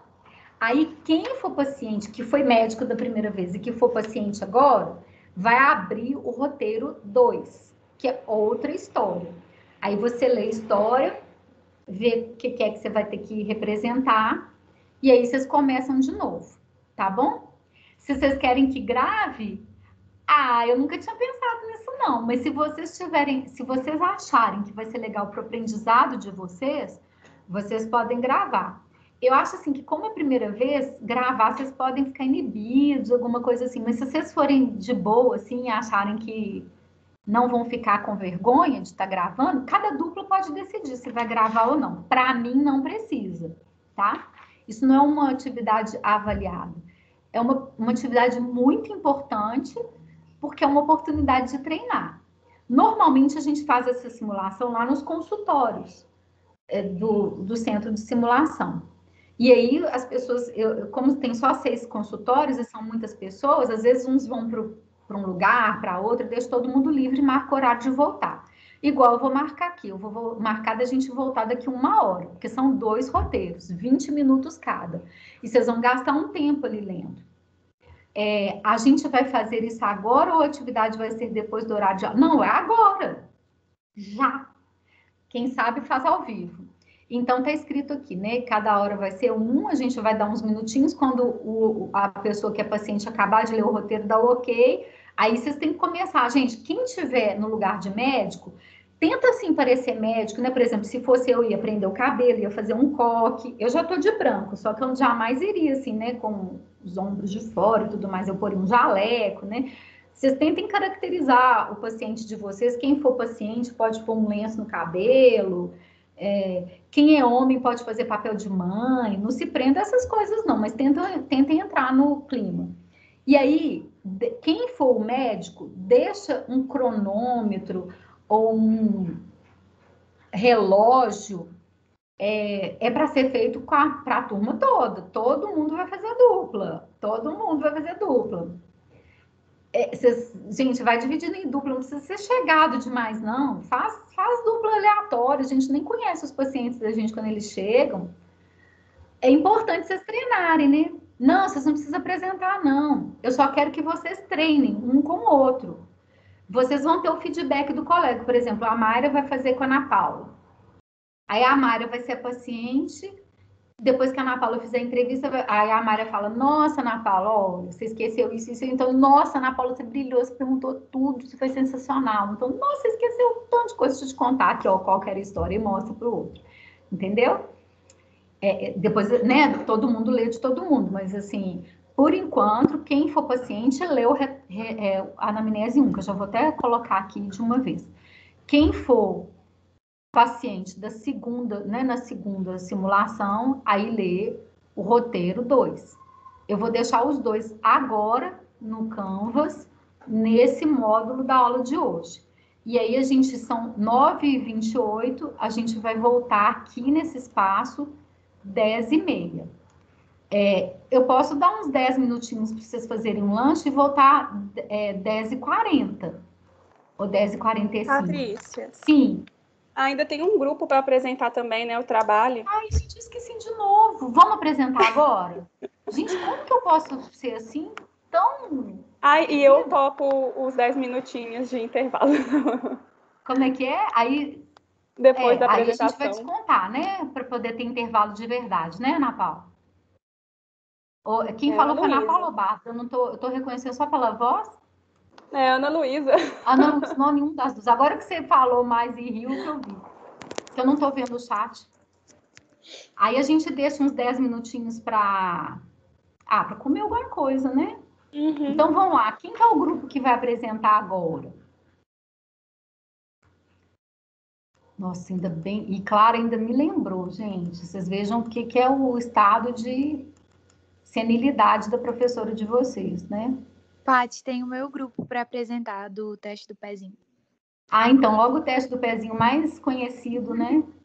Então, eu vou deixar vocês postarem aí ou compartilharem tela, enquanto eu tô colocando aqui a anamnese 1 e 2. Prof, também tem o nosso, que é do teste do pezinho também. Tem 2 testes do pezinho.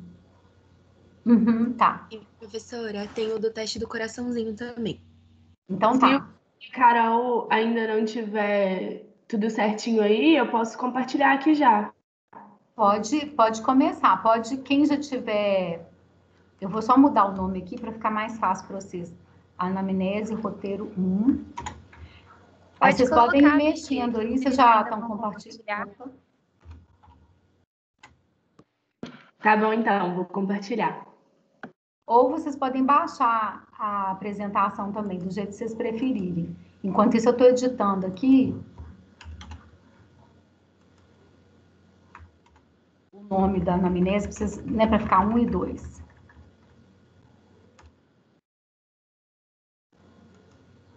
Então, tá assim, anamnese roteiro 1, anamnese roteiro 2. Tá? Já postei.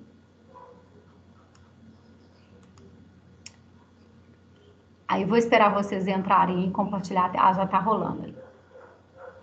Pode gravar? Vocês querem que mantenha a gravação ou querem que pare? Por mim, pode manter. Beleza. Que bonitinho, ó. Teste do pezinho. Isso. Pode começar, Patrícia? Pode. Ok. Bom dia, todo mundo. Bom dia, Patrícia, turma. A gente vai começar agora a apresentação do teste do pezinho que a gente fez na última aula, porém não deu tempo e agora a gente vai realizar ela. Nosso grupo está escrito aí embaixo, é a Ana Paula, a Bia, eu, a Fê, o Gabriel e o Thiago. Pode passar, Bia. Bom, o teste do pezinho, ele é um exame que se baseia na retirada de sangue do calcanhar do bebê para a realização de exames que podem identificar várias doenças genéticas e metabólicas. Ele é realizado entre o 3º e o 5º dia de vida, normalmente, né? É o indicado. E identifica alterações como a fenilcetonúria, o hipotireoidismo congênito, a anemia falciforme, a hiperplasia adrenal congênita, a fibrose cística e deficiência de biotinidase. Pode passar, Bia. Aí, desse modo, o SUS ele ajuda grande parte da população na realização desse teste, como foi evidenciado por um balanço do Ministério da Saúde, que mostrou que aproximadamente 80% das crianças nascidas no Brasil, elas realizam o teste do pezinho no SUS, o Sistema Único de Saúde. E quando essas alterações identificadas pelo teste são identificadas precocemente, essas crianças podem ser tratadas e acompanhadas por serviços de referência, garantindo que elas tenham um bom desenvolvimento e tenham uma qualidade de vida superior. Agora, a gente colocou uma tabelinha sobre os tipos de teste do pezinho que tem disponíveis no mercado, né? Que tem o básico, que ele identifica fenilcetonúria e outras aminoacidopatias, hipotireoidismo congênito e anemia falciforme e outras hemoglobinopatias. O ampliado, que são os exames de plano básico mais hiperplasia adrenal congênita e fibrose cística. o Plus, que são exames do plano básico e ampliado, mais galactosemia, deficiência de biotinidase e toxoplasmose congênita, o Master, que apresenta os exames de todos os anteriores, mais a deficiência de glicose 6-fosfato desidrogenase, sífilis congênita, citomegalovirose congênita, doença de Chagas congênita e rubéola congênita. E os opcionais são exames que podem ser solicitados em todos os planos e são feitos testes para diagnosticar HIV 1 e 2, deficiência de MCAD, espectrometria de massa em tandem, MS, e surdez congênita. E basicamente foi isso que a gente colocou, foi uma coisa bem sucinta, só para explicação mesmo. E Não, Patrícia, eu estava com uma dúvida, sim. que surgiu umas divergências no nosso grupo a respeito de quais testes o SUS aborda em relação a essa tabelinha, e se essa tabelinha está certa mesmo. Eu queria que você explicasse para a gente. Acho que é importante. Tá, eu acho que o outro grupo talvez coloque aqui. Eu acho que vocês mesmos colocaram, né? Volta aí um pouquinho dos exames que são feitos no SUS. Sim, no primeiro slide a gente colocou. Então, esses são os exames feitos no SUS. Eu posso até colocar para vocês aqui como que eles aparecem, mas eu vou esperar o outro grupo apresentar, porque, por exemplo, a outra turma, eles puseram um teste do pezinho, então não sei, né, a apresentação do outro grupo. Então, quantos testes que tem aí descritos no de vocês? Deixa eu ver aqui. Não, é no slide que estava mesmo, no primeiro. Fenil, hipo, anemia falciforme, hiperplasia, fibrose, deficiência. Esses são feitos mesmo no SUS. Saber, assim, que esses são feitos no SUS e que existem outras opções de testes ampliados, e às vezes detectam muitas doenças, né? Mas isso tudo é na rede privada. A gente pode discutir, assim, a pertinência de fazer isso ou não, né? Porque esses do SUS que são feitos, o interessante, assim, que eles possibilitam uma abordagem precoce. Então, mesmo que não tenha cura, mas, por exemplo, vamos supor, a pessoa nasceu com hipotireoidismo congênito, você consegue repor hormônio de tireoide logo, né? Você não espera, assim, ter aquelas repercussões clínicas importantes. Hiperplasia congênita da suprarrenal ou da adrenal é outra coisa também que pode dar um distúrbio hidroeletrolítico grave, a pessoa tem um quadro, assim, importante, e aí você faz o diagnóstico antes, né? Então, assim, isso tudo é protegendo a vida mesmo, tentando que não tenha complicações. Eu vou esperar o outro grupo.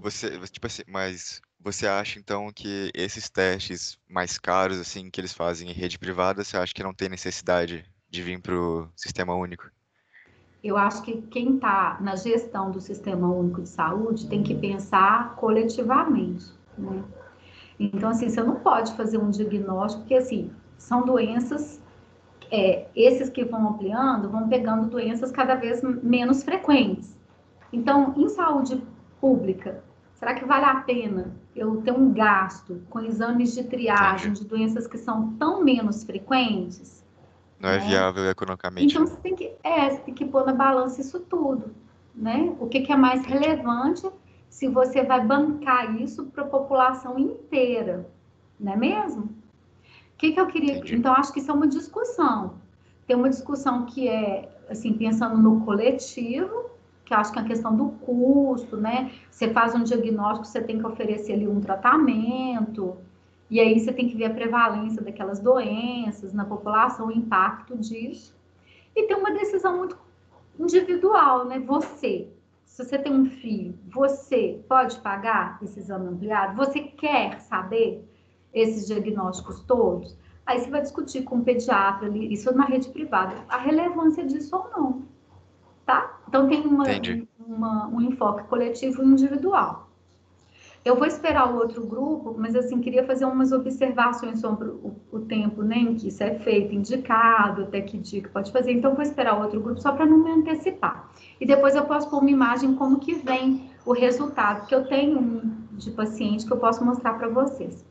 Como que chega para a gente, o usuário. Então, outro grupo pode colocar aí, por favor. Obrigado, Patrícia. Obrigada Desculpa extrapolar um pouquinho o tema aí. Nada, sem problema.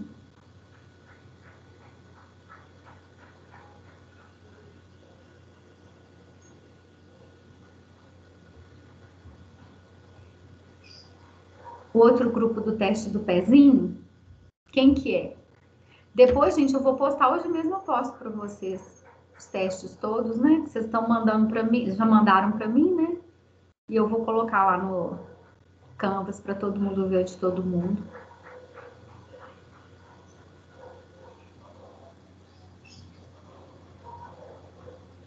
Paty, as meninas estão tentando colocar aqui para rodar a apresentação, só um minutinho.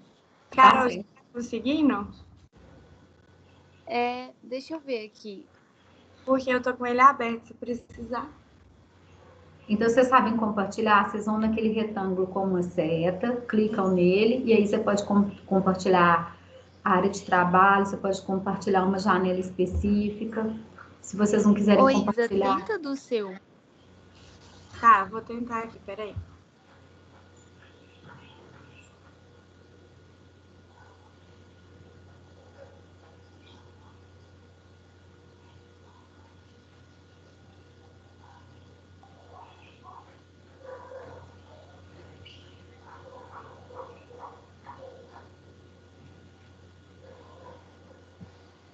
Agora vai dar. Da Isadora. Deu certinho? Carregou, acabou de carregar. Tá dando certo. Aí você vai em apresentação de slide que... Então, aonde que é? No seu PowerPoint não tem um item apresentação de slide, não? Não tá aparecendo, não. Mas pode fazer assim mesmo, tá ótimo. Tá bom. Então, a gente vai começar a nossa apresentação. O nosso grupo é composto por mim, Caroline, pelo Derek. Aí, volta só um pouquinho para eu ler o nome de todo mundo, Isa. Isso. A Isadora, a Isabela, a Cauane, a Laís e o Matheus. Pode descer lá, Isa.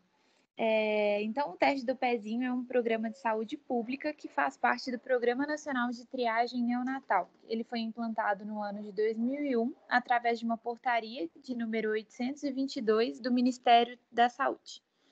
Então, trata-se de uma ação preventiva que permite fazer o diagnóstico mais precocemente possível de diversas doenças metabólicas, genéticas e infecciosas. O objetivo é interferir no curso dessa doença, que vai permitir um tratamento precoce específico e a redução ou eliminação das sequelas associadas a cada doença. Então, como é que esse exame é realizado? A gente até colocou no último slide a foto do cartãozinho do teste do pezinho. Então, em primeiro lugar, coloca-se o bebê em posição de arroto. A coleta sanguínea é feita na região plantar do calcanhar. Essa área é escolhida por haver menos chances de atingir o osso. E não é utilizada uma agulha, e sim uma lanceta, para evitar hemólise sanguínea. Depois, após a punção ser realizada, guardar a primeira gota, e essa primeira gota a gente dispensa, pois contém fluidos teciduais que causam alterações nesse exame.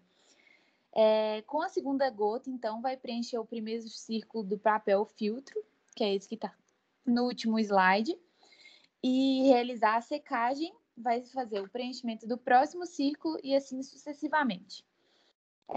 Após o término da realização da coleta, vai aguardar 2 horas para a secagem completa do preenchimento desses círculozinhos com as gotinhas de sangue, armazenar em um local adequado e já pode seguir para o laboratório.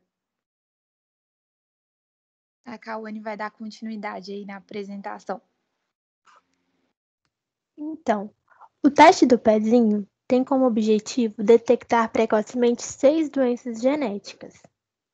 São essas a fenilcetonúria, o hipotireoidismo congênito, a deficiência de biotinidase, a fibrose cística, a doença falciforme, a hiperplasia adrenal congênita.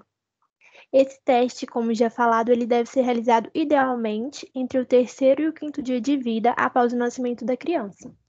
Ele pode ser realizado em hospitais, maternidades e unidades básicas de saúde. Isso porque aquelas doenças citadas ainda não manifestaram sintomas, algumas delas, e nesse período o tratamento pode ocorrer precocemente. É isso. Vocês viram aí no slide, né, que está dizendo aqui até máximo 30 dias. Acho que isso é importante de nós, profissionais de saúde, sabermos. apesar das campanhas, toda a publicidade ser em relação a esse tempo, né, de 3 a 5 dias, vocês vão ver escrito também de 3 a 7 dias, em Betim eu vejo uma divulgação maior de realizar no 3º dia. Em Belo Horizonte eu vejo muito o 5º dia. Tem até, assim, ações do 5º dia, vocês viram isso no pediatra ambulatorial. Então, do 3º ao 5º, ou do 3º ao 7º dia, mas é possível fazer até 30 dias de vida. A gente não divulga muito esse até 30 dias de vida, não, né, para ter essa oportunidade para as pessoas fazerem, né, no ideal, que é aquele da primeira semana, né, do 3º. Gente, sumiu minha apresentação aqui. Do 3º ao 5º dia. Ô, gente, eu compartilhei a tela aqui, queria ter colocado... Não sei, tá aqui. Vocês estão vendo o meu teste do pezinho? Meu, assim, né, de um paciente, Estamos. que eu só... Tá vendo? Sim.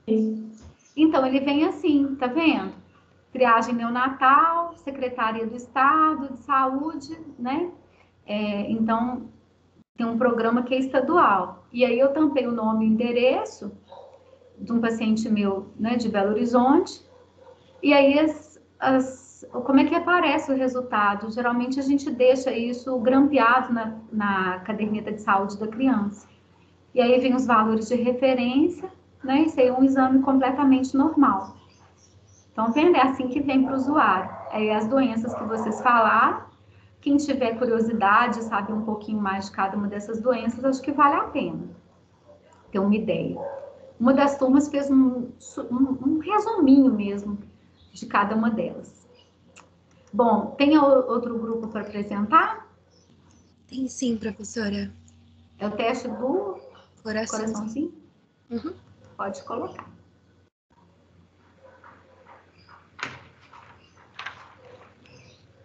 Aí no intervalo eu vou postando as apresentações. Intervalo para mim, né? Enquanto vocês estiverem fazendo as práticas, a simulação. Bom dia. Bom dia. Aqui é a Débora Sarmenta. Eu vou apresentar para vocês sobre o teste do coraçãozinho, falar um pouquinho para vocês. Então, o teste é um procedimento indolor e não invasivo, de baixo custo, porque ele só utiliza o aparelho oxímetro, que é um aparelho que já tem nas maternidades e hospitais. Ele dura até 5 minutos, é bem simples de fazer. Consiste em realizar a oximetria de pulso após as 24 horas de vida e antes da alta hospitalar. O objetivo dele é o rastreio de cardiopatias congênitas críticas. Agora eu vou falar como ele é realizado. O teste é feito através da monitoração da oximetria, e essa oximetria utiliza uma fonte de luz para medir o oxigênio do sangue. Um sensor enrolado na mão e outro no pezinho do bebê, e uma luz passa através da pele e mede a quantidade de oxigênio no sangue. Esse teste do pezinho, ele possibilita o diagnóstico e o tratamento precoce de cardiopatias congênitas que podem causar problemas graves ou levar à morte do bebê. Ele é eficiente em detectar problemas mais graves e associados a um nível baixo de oxigenação. Aí, como interpretar o teste? Se o nível de saturação ficar abaixo de 95%, o teste deve ser repetido. Se quando ele for repetido der o mesmo resultado, abaixo de 95%, significa que o bebê provavelmente está com algum problema, né, grave, e aí deve ser feito um ecocardiograma e o bebê deve ser encaminhado a um cardiologista pediátrico. Agora, vou falar um pouco das doenças cardíacas congênitas graves, que elas necessitam que seja feita uma cirurgia. E a gente trouxe alguns exemplos, que uma delas é a transposição das grandes artérias. Mas você não precisa explicar não, tá? Você não precisa explicar essas doenças agora não, viu? Só se você quiser falar uma coisa bem geral, porque, nossa, é até difícil, né, para vocês agora. Essas 3 doenças aí são exemplos dessas cardiopatias congênitas graves. Até que vocês escreveram de um jeito que está bem acessível. Isso, está bem tranquilo, que é só que a transposição das grandes artérias é quando a artéria pulmonar e a aorta nascem em posições trocadas. A atresia da válvula pulmonar, que é quando o bebê nasce sem a válvula que leva sangue do coração até o pulmão, e a síndrome da hipoplasia do coração esquerdo, que é quando a estrutura do lado esquerdo, que bombeia o sangue para o corpo, não se desenvolve. É bem tranquilo. Aí a gente trouxe também essas curiosidades. Cada 100 crianças têm cardiopatia congênita. É obrigatório em alguns estados, mas na legislação federal. É isso. Muito legal. Gente, parabéns aos 2 grupos. Ficou muito bom. Os 3, né? Aos 3 grupos, os 2 do teste do pezinho, do coraçãozinho. Vocês entenderam, né? Um sensor. E aí, acho que vocês esqueceram de falar, além de estar abaixo de 95, se a diferença entre o membro superior e inferior, acho que é maior do que 3, né? Acho que estava no slide de vocês. Isso, tem que ser menor do que 3. Se a diferença entre os 2 membros for significativa, também é um sinal de alerta. Então, para que a gente quer isso? Existem cardiopatias congênitas, como eles disseram, críticas, e às vezes, na hora que você faz a ausculta do neném, na hora que você examina, você não percebe. E ela é tão grave que, se dando alta, tem um risco imenso do bebê morrer. E assim, para a gente perceber a cianose, né, que é aquela arroxeado, a saturação de O2 do sangue tem que estar muito baixa, assim, pelo menos abaixo de 85%, 80%. Quando você coloca o sensor, você consegue detectar baixa oxigenação do sangue periférico, né, que não deixa sinal clínico, que olhando o paciente você não perceberia. Então, você consegue ter assim, pensar nessa possibilidade, e aí deu alterado, você faz o ultrassom do coração, que é o ecocardiograma, e aí você consegue excluir ou confirmar, então, a doença cardíaca crítica. E aí, ao invés do bebê ir embora, ele fica ali no hospital e há um planejamento de acordo, né, como que for a alteração, né, se é cirúrgico imediato ou não, o que vai ser feito. Então, é muito importante que o bebê faça esse teste do coraçãozinho antes de ter alta, porque, caso contrário, né, uma cardiopatia crítica poderia manifestar e não dá, né, fora do ambiente hospitalar, a família não perceber a gravidade ou nem dar tempo de chegar num hospital, né? Então, é muito importante. E, além de estar abaixo de 95, tem que ver a diferença entre o membro superior e o membro inferior. Gente, parabéns, muito obrigada. Desculpa eu ter esquecido 2 vezes, né? Vocês já viram, né? Que tem que ficar de olho. Eu vou postar isso no Canvas para vocês da primeira aula, né? Que foi quando eu pedi para fazer. Agora são 10 para as 10. Então, a gente volta 11 horas no prego, que aí dá 1 hora para vocês fazerem as 2 simulações que eu já postei na Amnésia 1 e 2, os roteiros. E ainda uns 10 minutinhos para um café. Pode ser agora ou depois, né? Eu vou tomar agora, que eu já tô morrendo de fome, tá bom? Aí vou parar a gravação e a gente volta uma meia hora para a gente discutir as impressões de vocês, como que foi, tá bom?